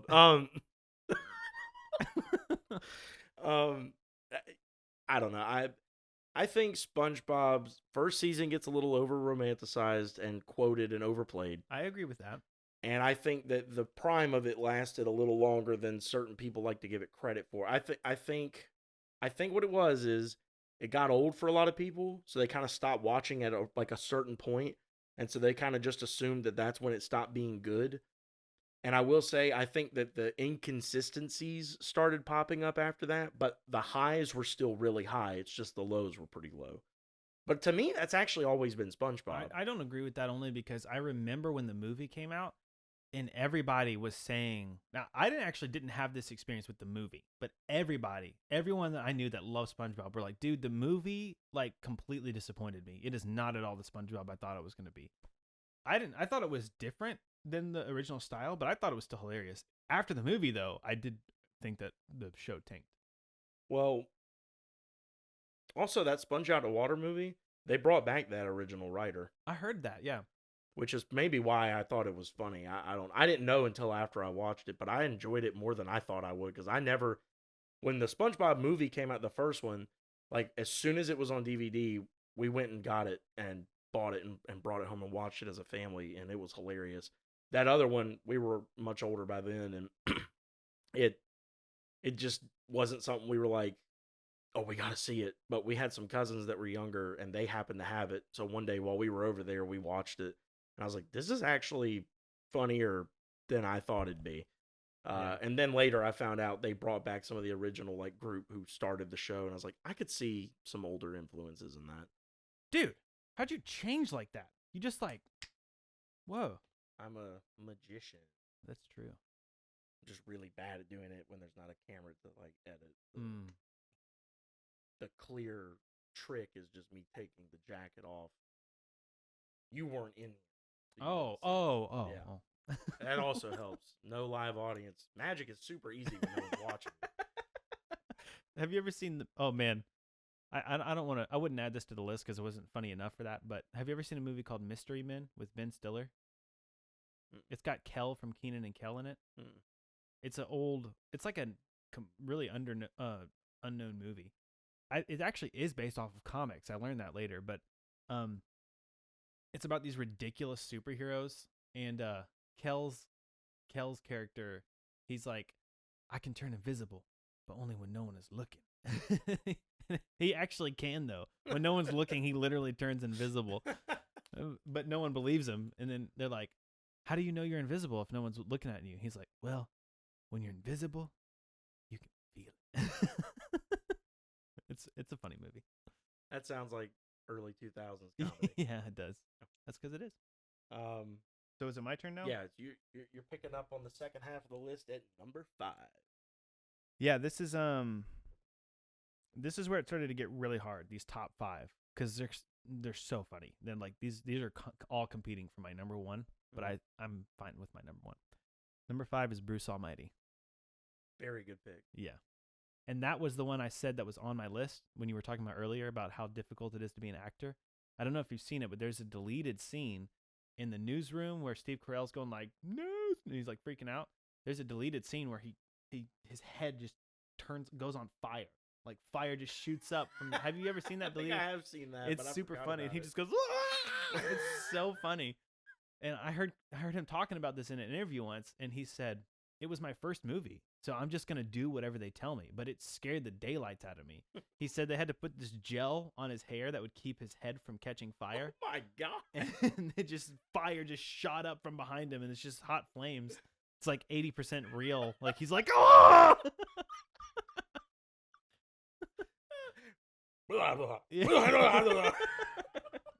That movie is, I think, what took Steve Carell to the next level. That scene in particular. I think, and that's weird that he called that his first movie. I'd need to look up the years of release, but I remember 40-Year-Old Virgin being his first movie. I think that came after Bruce Almighty. Huh. Well, and maybe he got it wrong, but I heard him. I believe I heard him say in an interview that was his first movie, or at least one of his first. He was new enough that he was not going to be like, no, I'm not doing that. Right, right. And they're probably around the same time regardless, but it's interesting. Yeah. But I have seen that little scene, and that is hilarious. Yeah. And that's a great pick, by the way. That almost stole my. Oh, If anything, that was that an honorable. It should be an honorable mention. It's not on there, but it should be one. I Yeah. love Bruce Almighty. yeah, that's a funny movie. My number 5 is Night at the Museum. Oh, okay. So this one is definitely more of a personal pick than like a. This is just like I don't think this is like an iconic comedy movie, but for my family, kind of like Napoleon Dynamite. See, this is why I didn't put Napoleon Dynamite on there, which was because for me and my family, this was like really, really funny, and we quoted it all the time. Mm-hmm. But I don't really feel like it hit that status, necessarily. And I didn't want to have a whole bunch of movies like that on here. So Night at the Museum was the one I picked over Napoleon Dynamite. So I'm really glad you put it on your list. But Night at the Museum was like kind of a surprise sleeper for us. I don't, or at least for me, I'm the oldest of 3 kids. So when my parents got this and brought it home for us to watch it as a family, I guess I maybe viewed it as like it was more for like little kids, even though I was probably pretty young at the time myself. And I really enjoyed it. First of all, it's just a really good movie, a really neat premise, and it has a really good like message about he's struggling to be a good father, and like even though him and his wife are separated, he's trying to get a steady job and like be there for his child, and he's afraid. There's good messages about like courage in this thing. Robin Williams as Teddy Roosevelt in that movie is phenomenal, and Owen Wilson as a cowboy just works. Yeah. It just is a thing. Such a good movie though. Like, it's got a lot of heart, but it is so funny too. Mainly the 3 old guy security guards Oh yeah. that were there before him. And the one little old dude keeps calling him names like milkshake and like just degrading him or whatever. And Ben Stiller's great. I mean, I'm gonna be honest. I have not seen a lot of Ben Stiller's big comedy movies. Never seen any of the like Meet the Parents, Meet the Fockers, any of that. I've maybe seen part of Zoolander, but not all of it. I've never really sat down and watched Zoolander. What's the other? I've seen Dodgeball. I like him in Dodgeball. But that to me, that's more of a Vince Vaughn movie than a Ben Stiller movie. Yeah. He more plays the antagonist. But Have you seen Zoolander? no. Oh really? Is that a joke or you? No, that's not a joke. That's a I Ben just Stiller said movie. that. You did? I didn't hear you say that. Like I said, yeah, I've never seen this. I've never seen Zoolander. Like I've seen part of it, but I've never sat down and watched it. Then I said Dodgeball, and then you're like, "Have you seen Zoolander?" I was like, I was thinking you had said Meet the Parents, Meet the Fockers, and I was thinking in my head, I don't know if I've ever seen those either. "Oh." And then I heard you say Dodgeball, and I was like, wait, what about Zoolander? So I guess I just wasn't listening. Back to the original issue we were having, That's fine. But no, I haven't. It's a good thing you've seen Lord of the Rings, though.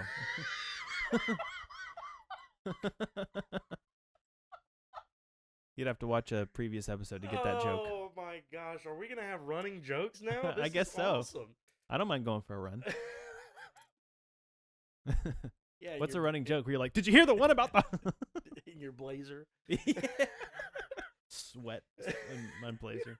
But yeah, so for me, like I said, admittedly, this is not like I don't even necessarily think it should be this high up on the list, but it's a comfort movie for me. It's a fun movie. It's one that I cannot wait to watch with my son as he gets a little older. I think it'll be a fun family movie.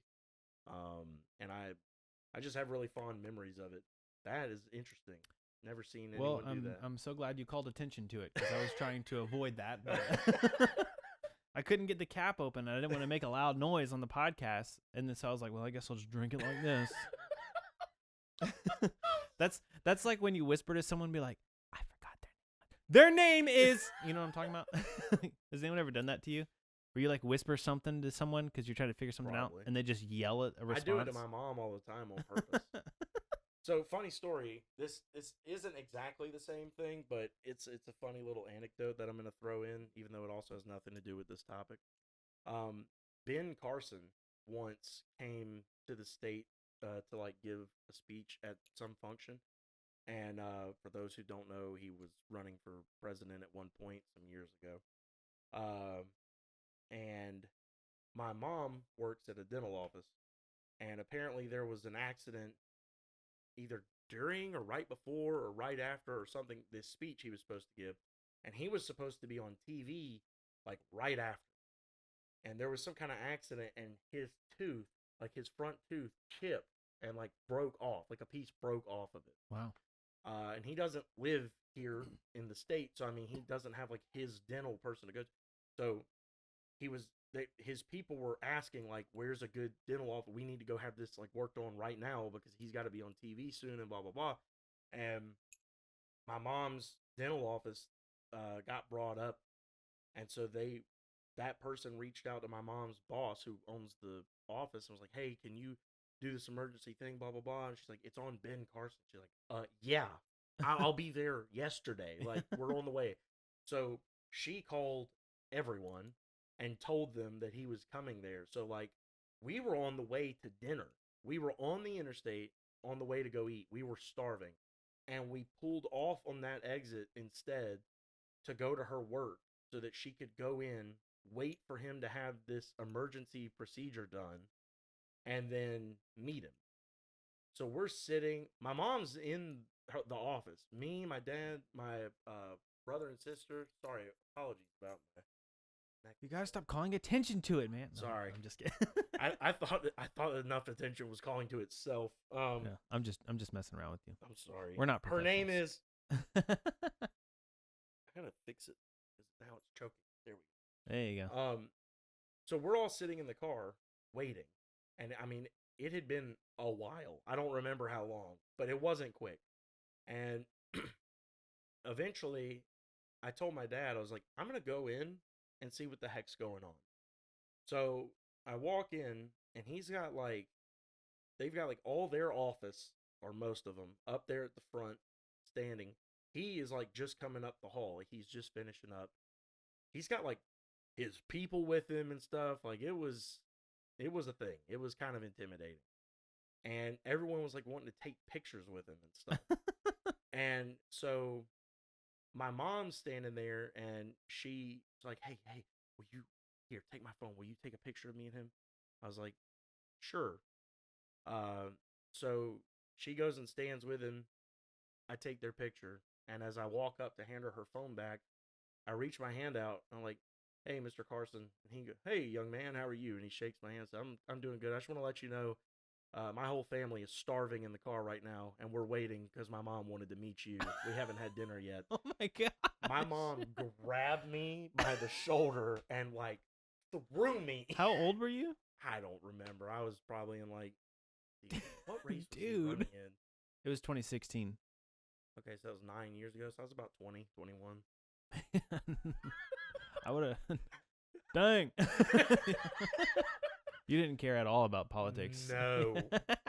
No. I didn't care about anything. Yeah. I wanted to. We were starving. Like, Yeah. It was one of those things where like the whole family was in a bad mood because of how hungry we all were. Yeah. Like you can't even have a conversation to take your mind off it because you're just going to get in an argument kind of thing. Like that's how it was. And we stopped on the way to dinner to go do this. And it took longer than we thought. Yeah. So by that Dang, time, dude, that's intense. I'm surprised you did that. Is that one of those things you cringe about? No, I don't. I think it's. You're like, funny. I'd do it again. I would if I was back in that scenario. Look, I put it like this. I think people idolize people too much. That's 100% true. Yeah.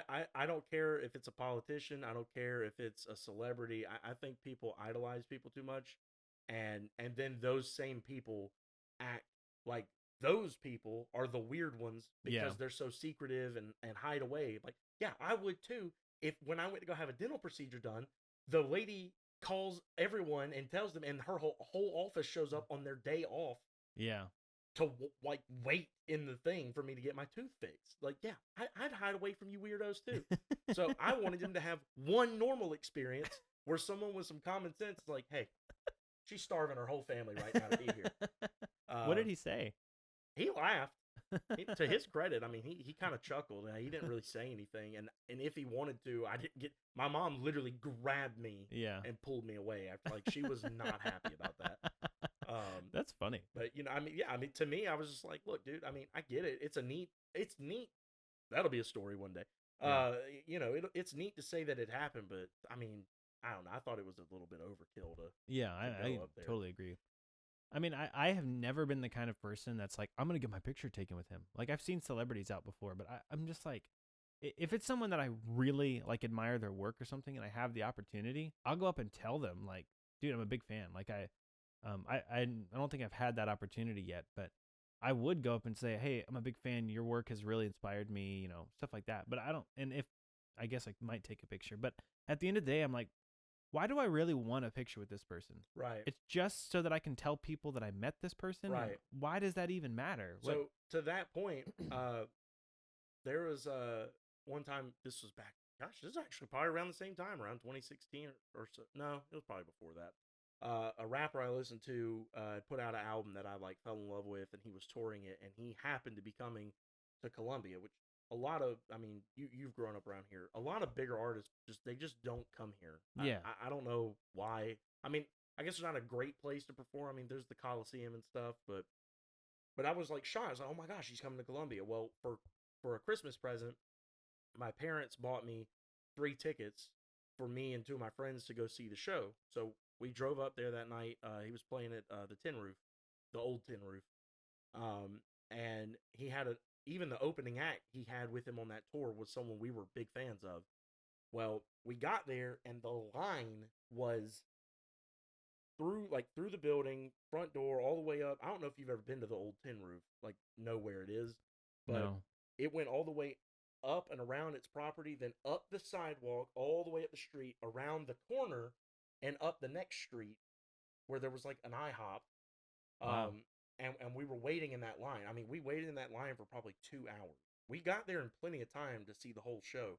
By the time we were getting close to the building, the opening act had already gone on. It's a rapper named Dizzy Wright. And we were like, dang, we're missing it. Like, what the heck? And it had been raining. Like, we're in line. It's raining. We were ticked. Well, it just so happened that as we kind of approached what I now know is like the back side of the building, like we were getting close to rounding the corner to go in, Dizzy was coming off stage with like his people, and they had to walk through this like gate, and then his bus was right here. Like we were right here beside it. So when he walked through, my buddy was filming, and I didn't have my phone out because I'm kind of like you. Like I'm more like in the moment. Like I don't need a video or picture. I want to experience this. So when he walked through, my first reaction was I was like, yo, Dizzy, what's up, man?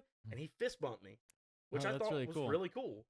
And my friend happened to get it on camera. Like I wasn't wanting it filmed, but he got it on camera. So I did want that just because it happened and he caught it.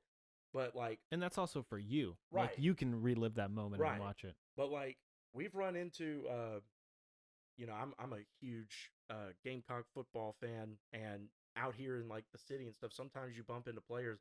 I ran into Spencer Rattler in Irmo at BJ's one night. Oh, that's cool. And him and his girlfriend were leaving, and as they walked through the restaurant, I was like, oh my gosh, that's Spencer Rattler. I got up and ran because I wanted to say hey to him. I wanted to tell him like I appreciated him coming here. I love what he did last season, blah, blah, blah. So I dapped him up outside the restaurant and like talked to him for a second. And I was like, look, I'm not going to bother. Is that how you got that black eye? Yeah. Oh. His that's where that came from. His girlfriend hit me. She got a crazy right hook, man. Yeah, I'll tell you. No, but she's like, you can't have him. Boom. told her, I was like, I'm not gonna bother you for a picture or anything. I just want to say, I love what you did. I'm excited for the next season. Blah blah blah. And I let it be. He's in the NFL right now. Yeah. He just broke a team record for a rookie quarterback on the team. He's all like he is an official celebrity now. I got to meet him, and that's cool for me. I don't have a picture of it, but I don't need it. Yeah. Anyway, that is cool. Little tangent, but I thought it was an interesting little story because I love tangerines. They're my favorite fruit. Really? I don't believe you. That's an old Frank Caliendo bit. That's my favorite. Yeah. He has my favorite bits. I don't even know who that is. We're gonna have to roll through these last ones because we're running short on time. I thought we were running long on it, and that's why you wanted to. That was a bit I did not appreciate. Wait, is it my turn? I think it's your turn now because I did number 5. Oh yeah. So you're gonna do 4 and 3, and then I'll do 3 and 2. Well, I did 5, and then I'll do 4, and then. Oh right. Okay. So my number 4 is Tag. I've never seen that. I've heard about it. Tag is really, really funny to me, not only because the cast, I love that cast. They had really good chemistry. They really felt like real friends. But also the fact that is legitimately based on a true story is crazy funny to me. Like, that is something, as soon as I watched the movie, I walked out and was like, I want to do that. Who in my friend group wants to do that with me? Because I want to do that. That is awesome. I don't know anything of what it's about. I've just really, I've just seen it in passing. So the base premise is it's this group of friends. They're all in like their 30s, 40s, whatever. They're grown up, but they have been playing the same game of tag since they were like 7 or 8. Oh wow! And now that they're older, it's not like a all the time thing. But in the month of May, the game is back on, and for the whole month of May, you're fair game. Like, they all live in different cities, states, whatever, but they will, like, randomly show up. They wear disguises and stuff, and they'll tag you. Well, now, that's real. Like, a real friend group, and that's so at the cool. end of the movie, they show like, a picture, and it's a huge friend group that plays. That's awesome. Now, in the movie, this is more like, I think, Hollywood it up to make it a movie. In the movie, one character, he's played by Jeremy Renner, Hawkeye, has never been tagged. All the years they've been playing. Don't spoil anything. He's never been tagged. This sounds awesome. And so the whole premise is that Ed Helms' character is kind of gathering everyone up because the game's about to be back on, and he's like, this is our last chance to tag him because he says he's not playing anymore after this year. And they're like, what? Get out of here. You're like, I'm telling you. He said this is his last year playing. So hijinks ensue. So they kind of get the gang back together and go try and tag the friend who's never been tagged. And it has a great soundtrack, great cast. Hannibal Buress. Oh my gosh, what's his name? That the have you ever seen New Girl? Yeah. Zooey Deschanel? No. The guy Nick, the guy who plays Nick. Oh, I saw one episode of New Girl. Jake something. Oh my gosh, Paul? That's not it. I forget his name, but I hate that he's so funny. He voices one of the Peter Parkers in the Into the Spider-Verse. I love him. He's so good. But anyway, he's in it. A lot of people in it. It's a really good cast, great soundtrack, great story. I'm gonna have to watch that. That sounds awesome. It's very good. I would love to watch that one with you. Like, on a day where we're doing that thing, we said we want to start a segment where, like, I show you a movie, you show me a movie. Oh yeah. I'd love for that to be one that I bring and show you. I'm down. So that's my number 4. Okay. So now is it my turn? So you'll do 4 and then 3. Okay, gotcha.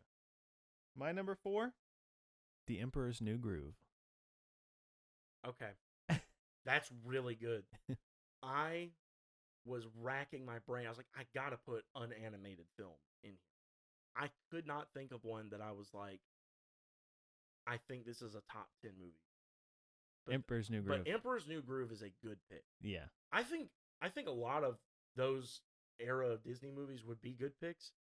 That might be the funniest. Yeah, I was about to say not necessarily as comedies though, because most animated Disney movies are like family friendly. Like, they got funny stuff in them. Yeah. But they're more like lighthearted. Emperor's New Groove is a straight up comedy. Yeah. And it is so funny. It's a little bit heartwarming. There's a good moral message, but it's like 90% comedy. Yeah. Like, that everything in that movie is hilarious. Reason number 2, look what I can do. What does that have to? No. He's got a point. He's got a point. That whole movie. It's all coming together. Yeah. My brother and I, growing up, quoted that movie all the time. We still do. It's so funny. It's got so many. I heard David Spade say one time that was the only movie that he ever did that critics ever liked. They hated all of his other movies. Wow. Which I think the critics are wrong 90% of the time anyway. Yeah, critics are kind of stupid. Yeah, but that's wild to me because I agree. I would think that his movies, like, they would like a lot, but yeah, critics are. I mean, The Emperor's New Groove, fantastic, hilarious movie. Yeah, that's a great pick. I wish I could have thought. I have at least one animated one on my honorable mentions. Okay. But I just couldn't find a spot for one. I couldn't think of a good enough. That is a great. Mine, just a little tidbit that I was leaning towards was Aladdin because of Robin Williams being the. Yeah, I could see that, but see, that wouldn't have made it for my criteria because, again, comedy is the selling point of the movie, and that's it's the main theme. That's you know, exactly. I was like, I just don't view Aladdin as very funny. I mean, Yeah. it's got funny parts, but so that's exactly why I did. Emperor's New Groove. That you did what I was trying to do, which was find one that was kind of more purely funny, most like as the priority. Yeah, that movie's hilarious. All right, so that might be the only animated movie I can think of that's like almost 100% comedy. Maybe Lego Movie, actually. That might be. Yeah, and I've never seen that, but I've heard it is phenomenal. I wouldn't go that far. It was funny. People loved it. Yeah, I think people liked it a lot more than I did, but that's fair. I need to see it, but yeah, that'd be interesting. Like maybe that's why I struggled so much with it. I could not think of one that was like straight up comedy, but yeah. All right, we're cranking into your top 3. Yes, we are. Oh yeah, I'm doing 3, and then you do 3, and then I'll do 3. All right. I'm so excited for these last 3 right here. Number 3 is Ace Ventura 2: When Nature Calls. Okay. That one is actually funnier than the first one. It's one of those few where the sequels are better. Okay. That movie in high school, I overquoted the mess out of that thing. This is, by the way, you've probably already guessed it by now, but Jim Carrey is the actor who I have multiple movies of. And I knew. He's my favorite comedian. I was going to guess it at the beginning, but I was like, I'm not going to ruin it. Yeah. I knew you knew it. And he's the reason that I had that rule, by the way. Well, he's the king of comedy. Yeah, I mean, he's he's in a lot of my honorable mentions too. Yeah. That's a really good pick. Those are great. The projector scene is the funniest scene in that movie. Oh my. Where he's making he's my favorite part is when you see him doing it and the camera silver away. My favorite part is when you see him, the shadow, and then it switches to his face, and the face that he's making is so funny. That guy is he's the funniest man to ever walk this earth. He's up there. I mean, that was an exaggeration, but he is super funny. He's probably top 3. Yeah. I mean, especially if we're talking all around. Like, he proved he could do stand up. He proved he could do live sketch comedy on In Living Color. Mm-hmm. He proved he could do movies. I mean, he's got the physical comedy down. He's got impressions. He's got, he can write jokes. I mean, he's kind of the whole package. I mean, he really he's is up there. I mean, you'd be hard pressed. I think you could maybe argue some others, but you'd be hard pressed to really officially say this person's funnier. Yeah, he's up there. So my top 3, whatever, number 3 is The Hangover. Oh boy. So here's the thing about The Hangover. This one was one that I kind of felt more like obligated to put on because, first of all, I do think it's funny. I wouldn't have put a movie on here I don't think it's funny. But the reason that I put it on here is because it kind of like took the world by storm when it came. I think comedies at the time, which it's hard for me to remember because I was in like middle school when this came out. I didn't see this movie until years after its peak had been gone. Because I've told you before on this show, I think, we didn't watch a lot of movies, period, anyway, in my house, much less rated R like comedy.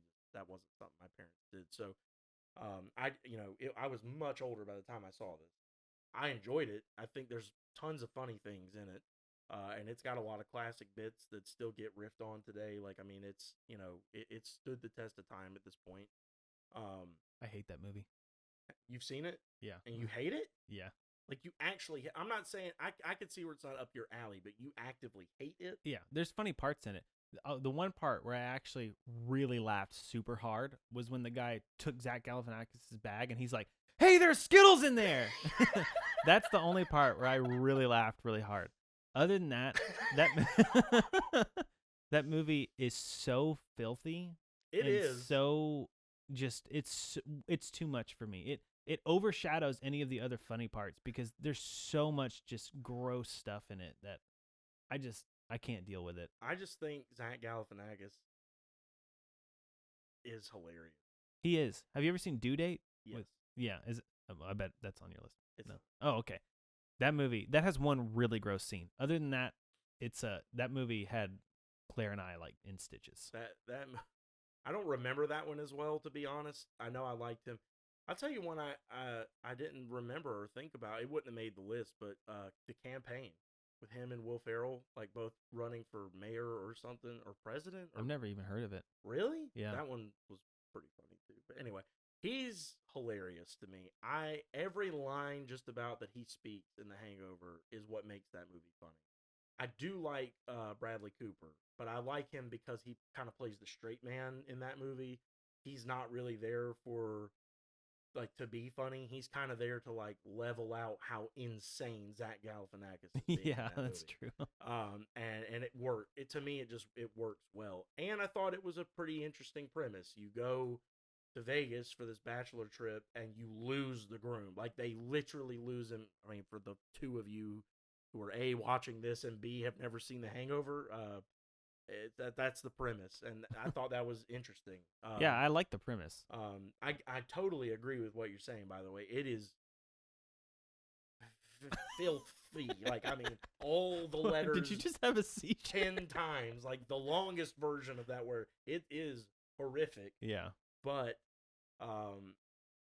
I guess for that kind of stuff, like I said earlier, like Dungeon Crawler Carl, like sometimes I can overlook if the good parts of it are good enough. Sometimes I can overlook things like that. Sometimes it just I just can't. I can't push through it. But that's where I was with it. It's too much. There were funny parts, but it was overshadowed by like I can't believe like they would put this in the movie. Like my mind was thinking about that stuff when it was going on. It was just I just didn't like it. That's fair. That's fair. And like I said, me having that high up on the list is really more of feeling obligatory rather than like it's in my top 3. Yeah. And that's where I kind of struggled with some of this. Like I said at the beginning, like I tried to give myself some criteria, but I think that almost pigeonholed me a bit. But that's all right. Live and learn. As we continue or just to live. do these. Yeah. Well, that's how I have for 30 years, and it hasn't helped. I'm going to try and start living and learning. But, as we do more of these, I'll probably get a little more comfortable with just being like, look, this is my opinion. If you don't like it, please don't tell me. So my number 2 is Home Alone. Oh, dude. I didn't even think of those. Wait, so do you like the first one better than the second one? Well, and that's what I was going to say. Honestly, you pick. I don't care. They're both Home Alone 1 and 2. First of all, to me, they're like one big movie. If I watch one, I'm watching both. Yeah. Second of all, they're basically the same thing. Some people are like, no, the first one's so much better because it's just this, or some people are like, the second one's so much better because of this. They're the same thing. Look, I'm sorry. I love them. It's number 2 on my list, and that one is because I want it that high. It is a top 3 comedy for me. Yeah. But they're the same. I love them equally. I have no preference. Those are hilarious movies. To this day, I laugh at least like once somewhere watching those movies, and I know what's coming. Yeah. Like it's not like it catches me off guard anymore. I know these movies. Still laugh. The performances of Joe Pesci and the other guy. They took those movies from like what was a really good premise and could have been like a cute Christmas movie into iconic status. Yeah. Like they elevated those movies so much. They're fantastic. I love them both. 1 and 2. 1 and 2 are in my top 2 spot. So, okay, that's fair. I feel that totally. Like I'm not gonna say that 2 was so much better because they were both really good. Right. I just thought 2 was funnier because it felt to me like they just elevated it to the next level, and it felt like they were more comfortable in the characters because they've played them once already. It just like it all just shined. I think in the that's second fair. one. I mean, first of all, Macaulay was a little older, so that probably helped to, a kid being the lead. That's tough. Mm-hmm. And I think they did it well in both, but I think it felt a little more refined in the second one. Yeah. I mean, not so much so to where it's like, wow, that blew the first one out of the water. But like you said, it just felt more comfortable, more fluid. Yeah. Yeah. So both of those are kind of like those are really good ones. neck and neck. All right, so now I'm doing number 2 and number 1, And right? you're number 1. Okay. You're gonna be surprised by number 2. This is another really niche one. I guarantee you, pretty much nobody. Okay. Go Daniel. We just lost all of our 2 listeners. No, come back. But I'm pretty sure nobody else has heard of this film. It's free on YouTube. It's called Hottie Boom Baladi. This is like Napoleon Dynamite, but funnier in my. Some people think Napoleon Dynamite's funnier. I say some people because I've showed it to a few people. It's totally free on YouTube, the whole thing. You can just look it up and watch it. It is so funny. My brother-in-law and his wife brought it over to watch it for a family night one night at my in-laws. And they were like, yeah, this is just some random film that we, I don't remember how they even heard of it. But I was like, what is this hidden gem? I was like crying. I was laughing so hard. It's a lot like Napoleon Dynamite. So if you like Napoleon Dynamite, you'll probably like it. But Okay. it's super awkward. And dude, oh man, I want you to see it. Number 2. Yeah. Okay. Partly because it caught me off guard so much. Okay, Like, that's fair. it is super, super funny. But Okay. and it's a totally free movie on YouTube. It's an independent film. It didn't hardly get any recognition. They just put it up on YouTube. The whole thing's free. But Oh my goodness. I just got really excited. I was like, you gotta watch this movie. All right. That's fair all I'll enough. say about it because I don't want to spoil it. I'll have to check that one out. Yeah, I think So- you'll like it. Without further ado, All right. I gotta hear. I have a feeling What's your number 1? Oh yeah, I'm supposed to do number 2 and number 1. I think you can. Do you think you can guess what it is? I feel like I can guess who's in it. Who? Jim Carrey. Okay, yeah, that's obviously a given. If I had to guess what movie, you've already done Ace Ventura 2, and you said you think it's funnier than the first one, so I don't think you rank the first one higher. You also did Bruce Almighty. So I'm going to go with The Mask. Oh no, that's an honorary mention. The number 1 is Dumb and Dumber. Ah, okay. Classic. That is peak Jim Carrey, in my opinion. That is a classic comedy. Super funny. Yeah. I never don't laugh when I watch that movie. That one is. I love that one. I love the Dumb and Dumber 2. Not like the one with the kids, but the one where they're like older. I didn't like that one. Really? Yeah. Gosh. That one was also way filthier too. It was like super filthy. Really? And the characters just felt out of whack. It didn't click. It didn't jive. I'd have to rewatch that. I don't remember it being that. It wasn't like rated R or anything, was it? I don't know if it was rated R. Not that I'm saying a movie can't. It should have been if it wasn't, because there's some scenes in there that's just like, oh gosh. I just remember. I just remember them like annoying the crap out of people in that movie, and like the parents of their classmate or whatever who died. Oh and yeah. They're like banging on the doorbell at like midnight. Yeah. That part was funny. He's like, you want to hear the most annoying sound in the world? Ding, ding, ding, ding, ding, ding. That is pretty annoying. No, not that. It's 12 o'clock. That. And then he said, and I made him a fair trade. My bike for his helmet, straight up. Like, yeah. and he died. Yeah, I know. I'm like, oh my God. Yeah. There are funny parts in that movie, but it does not hold a candle to the first one. I need to probably rewatch both, but the second one, because I don't remember it being that filthy, but the first one, because I actually have seen the sequel more than I've seen the first one. Oh, that's a shame. I like the first. I've seen it and I like it. I definitely think it deserves a spot on the list. I don't know if it'd be my number 1. Even if we were strictly doing Jim Carrey movies, I don't think it'd be my number 1. Man, that's crazy to me. Yeah, I love it.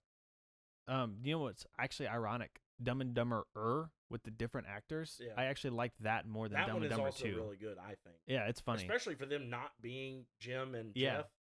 They really kind of killed it. I'm kicking myself that I didn't think about this. Even Stevens is dude, Shia LaBeouf should do comedy forever. I'm actually not mad that you forgot that because, first of all, you have enough shows on there. That's true. And second of all, even Stevens was okay. It was funny. I don't think it was top 10 funny. You think even Stevens is funnier? Shia LaBeouf in that show, yes. I can definitely think of 10 shows funnier than even Stevens. Oh, I don't know, man. I Shia can LaBeouf in that definitely- show is so funny. Anyways, we gotta stop arguing because you gotta get to your last 2 and 1. No, I already did 2. Oh. Hold on. Oh yeah. You got. That's right. Okay. You want to try and guess mine since I tried to guess yours? I have no clue. I mean, I wouldn't even know where to begin. Your taste sometimes shocks me. Well, this one probably won't, but I think it will cause a little bit of a back and forth because I almost disagreed with you, but I was like, oh, I need to shut up. Oh boy. All right. Is it even Stevens? Yeah. I gotcha. No. Ace Ventura 1. Oh, that's a great one. You like it more than the second one? I was gonna say when you brought up how the second was just way better than the first one, I almost like the first one is I don't think I said it like that. You did use. I mean, well, I don't know if that's verbatim, but your implication was that the second one it was noticeably better. Like, yeah, I remember how you worded it. Don't get me wrong. The first one is hilarious. I love the first one. I know. Trust me, it's Jim Carrey. I know you love the first one. I'm just saying. To me, I think that first of all, it'd be hard to find a funnier movie than either of them. Like, I wouldn't be mad if those were both our number ones because they're again, he's kind of just got it all. Yeah. First of all, second of all, it's a mystery. That is fair. Well, the second one's a mystery. No, I know. I'm saying, okay. Saying like those that plays to my mystery thing. Yeah. He's hilarious. I mean, that's an iconic role. The look, the way he walks. And, so the reason I put the first one and not the second one is because I think the second one has a little bit of a lull to me. And the lull is that part when he's like in the tribes or whatever, like trying to do his like digging up stuff in the tribes.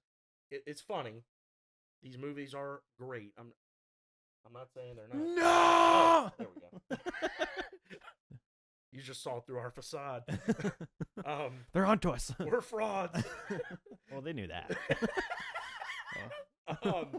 Like just do this a little bit to make sure we're good. All right. Like I do like the part where they keep calling him the White Devil, and then he gets like beat up, and when he stands up, his hair looks like a bird's long. This White Devil thing has gone far enough. That's funny. Yeah. There are funny things throughout both movies, but for me, I think just all around the story and the pacing of the first one is just a little bit more fluid for me.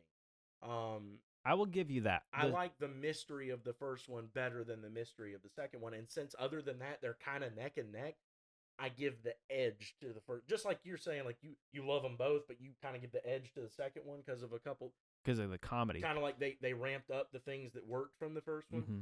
For me, I give the edge to the first one just because, even though I think some of the funnier parts in the second one are probably funnier than the first one. Yeah. But I think the story is a little stronger in the first one than the second. I completely agree with that. But like for the sake of the comedy list, like that's fair. The funniest one to me was the second one. But I totally agree. I think the first one, the storyline was a lot more well polished. And the thing of it was, and now that we're talking about it, of course, and you brought up some things.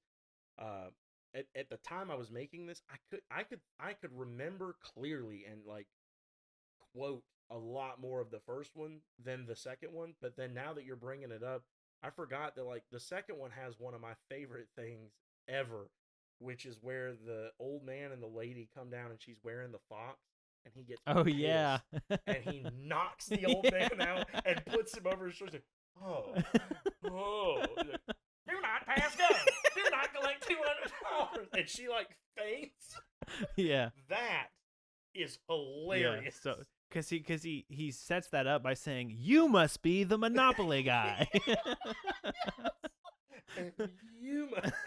But like the first one too, classic. The him going to the fancy party with the girl, and Yeah. when he gets attacked by the shark, he comes out of the bathroom and his Yeah. clothes are destroyed and he's soaking wet. Everyone just stops and he's like, "Whoa, do not!" It's so stupid.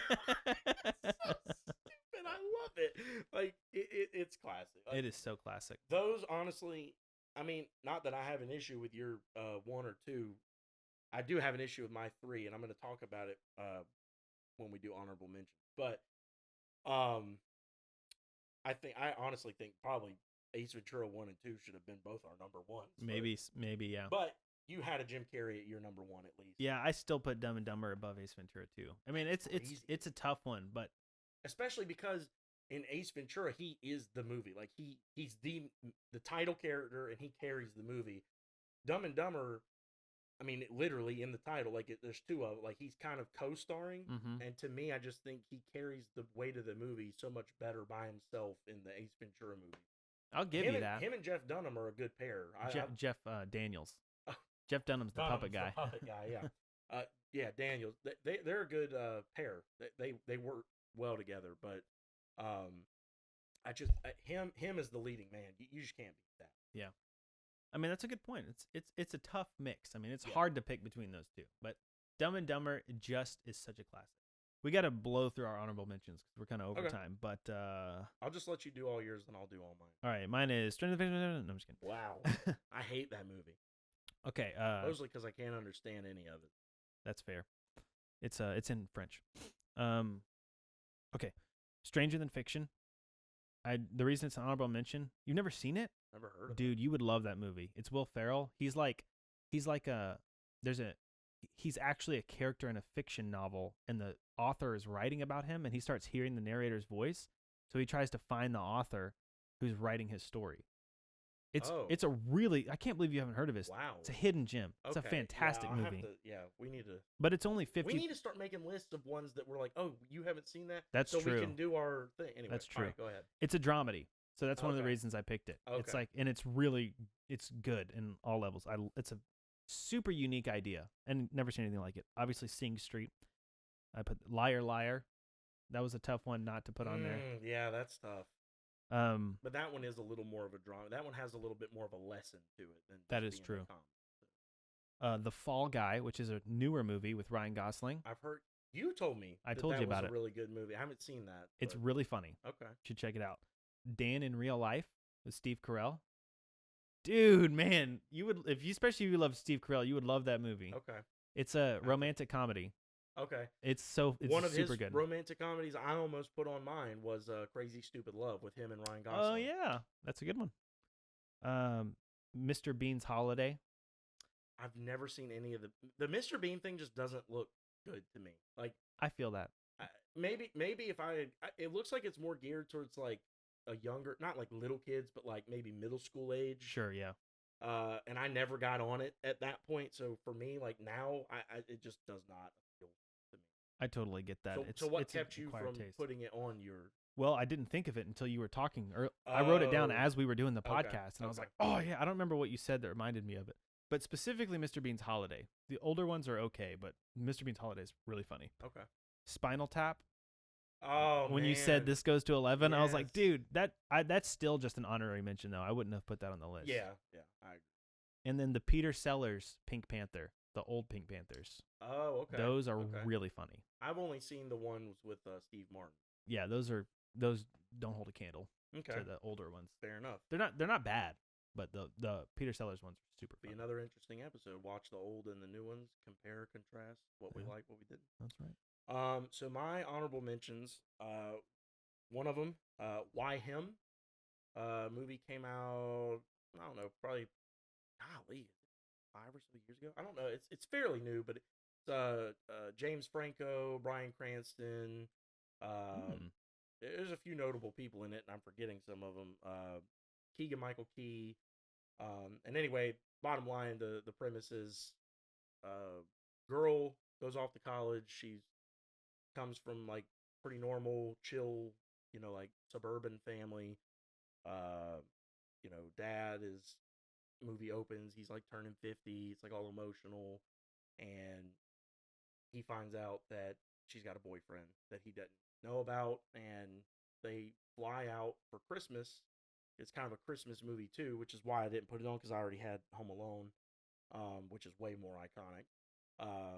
To go see her for Christmas and meet the boyfriend, and it turns out the boyfriend is a like mega rich, like a multi millionaire, and B like super wild. Like he, thus the title, Why Him?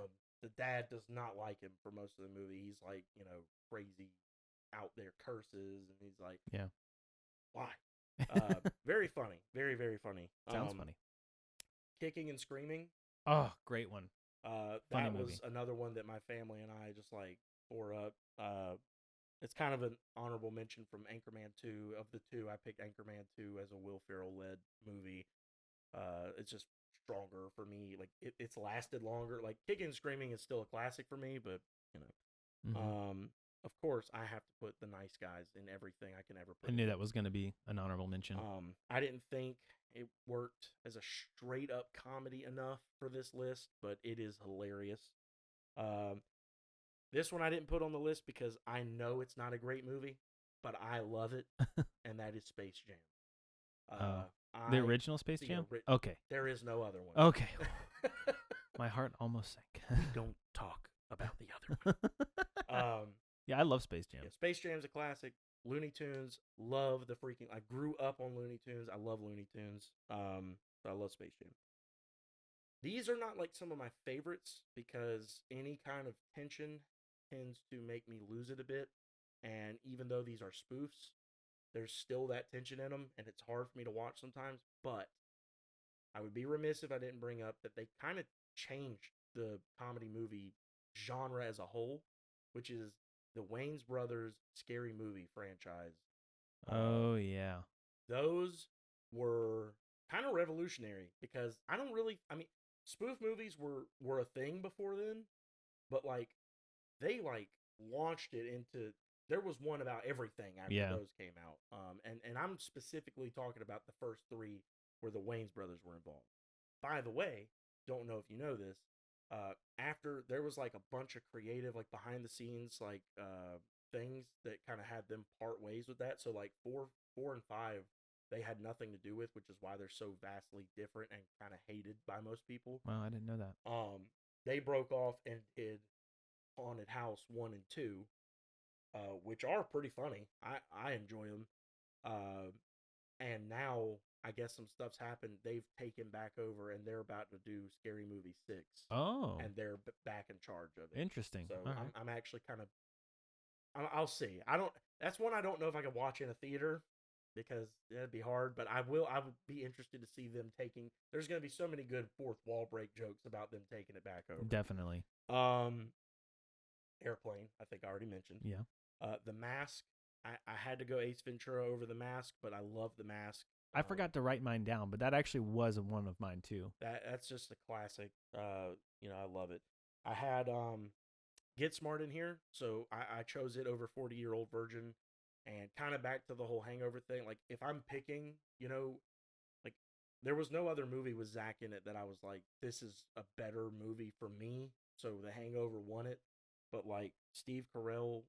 I personally enjoy Get Smart more than 40-Year-Old Virgin because 40-Year-Old Virgin has like all the filth and stuff in it. Yeah. It is funny. It's got a lot of funny moments in it. But if I had to pick, like if there's one I know I can keep going back to and just enjoying without, cringing at everything, I pick Get Smart. But it is an honorable mention. 21 Jump Street. Oh yeah. Almost made the list. That I couldn't quite find one to take off. I was thinking about taking Night at the Museum off, but it was so nostalgic for me. 21 Jump Street is phenomenal. Phenomenal movie. Friday, really, really good quotable movie. Dude, you got a lot of honorable mentions. Well, the thing of it was, a couple of these were on the list. Why Him? Yeah. Friday, The Nice Guys, 40-Year-Old Virgin, and The Mask, and Airplane were all on the list. and then I took them off to either replace them for just other movies as a whole or other ones with that leading actor that I was like, oh wait, I like this one better. But I still think they were good. That's why they were originally going to be on it. But Friday didn't make it because really the funniest part of that is Smokey, played by Chris Tucker. And I was like, if I'm going to pick a Chris Tucker movie, I'm either going to pick Rush Hour, but I didn't want to pick that because I didn't know which of the three I'd want to pick.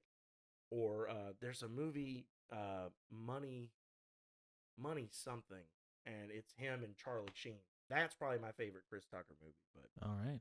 And then lastly, and this one didn't make the list because I didn't think about it until we were talking on the show, and you brought up that movie with Bill Murray in it, but Ghostbusters for sure should have been on my list. Never seen Ghostbusters. I know. Yep, that's going on the list.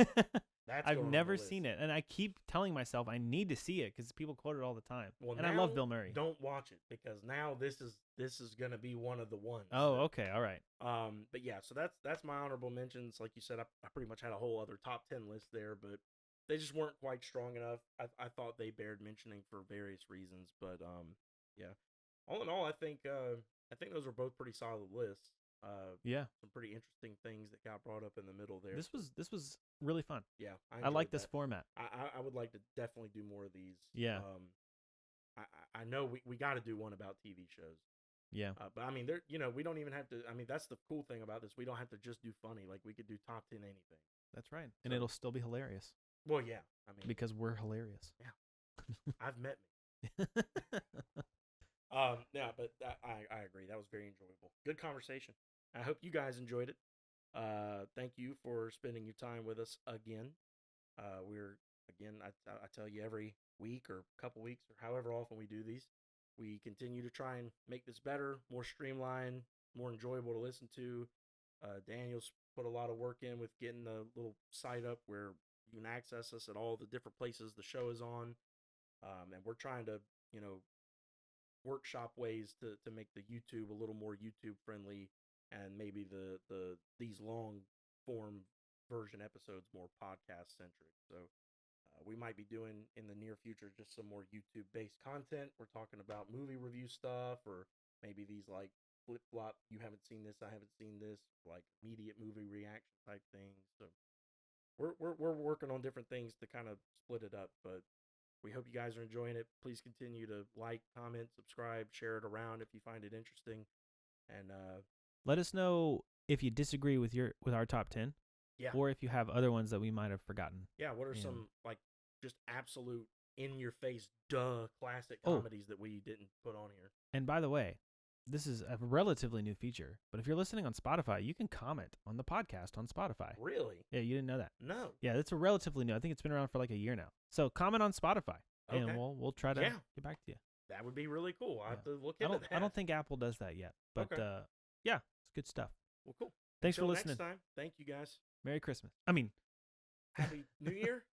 Yeah. Yeah, that's it. Is this our? No, we already did an episode. Gene.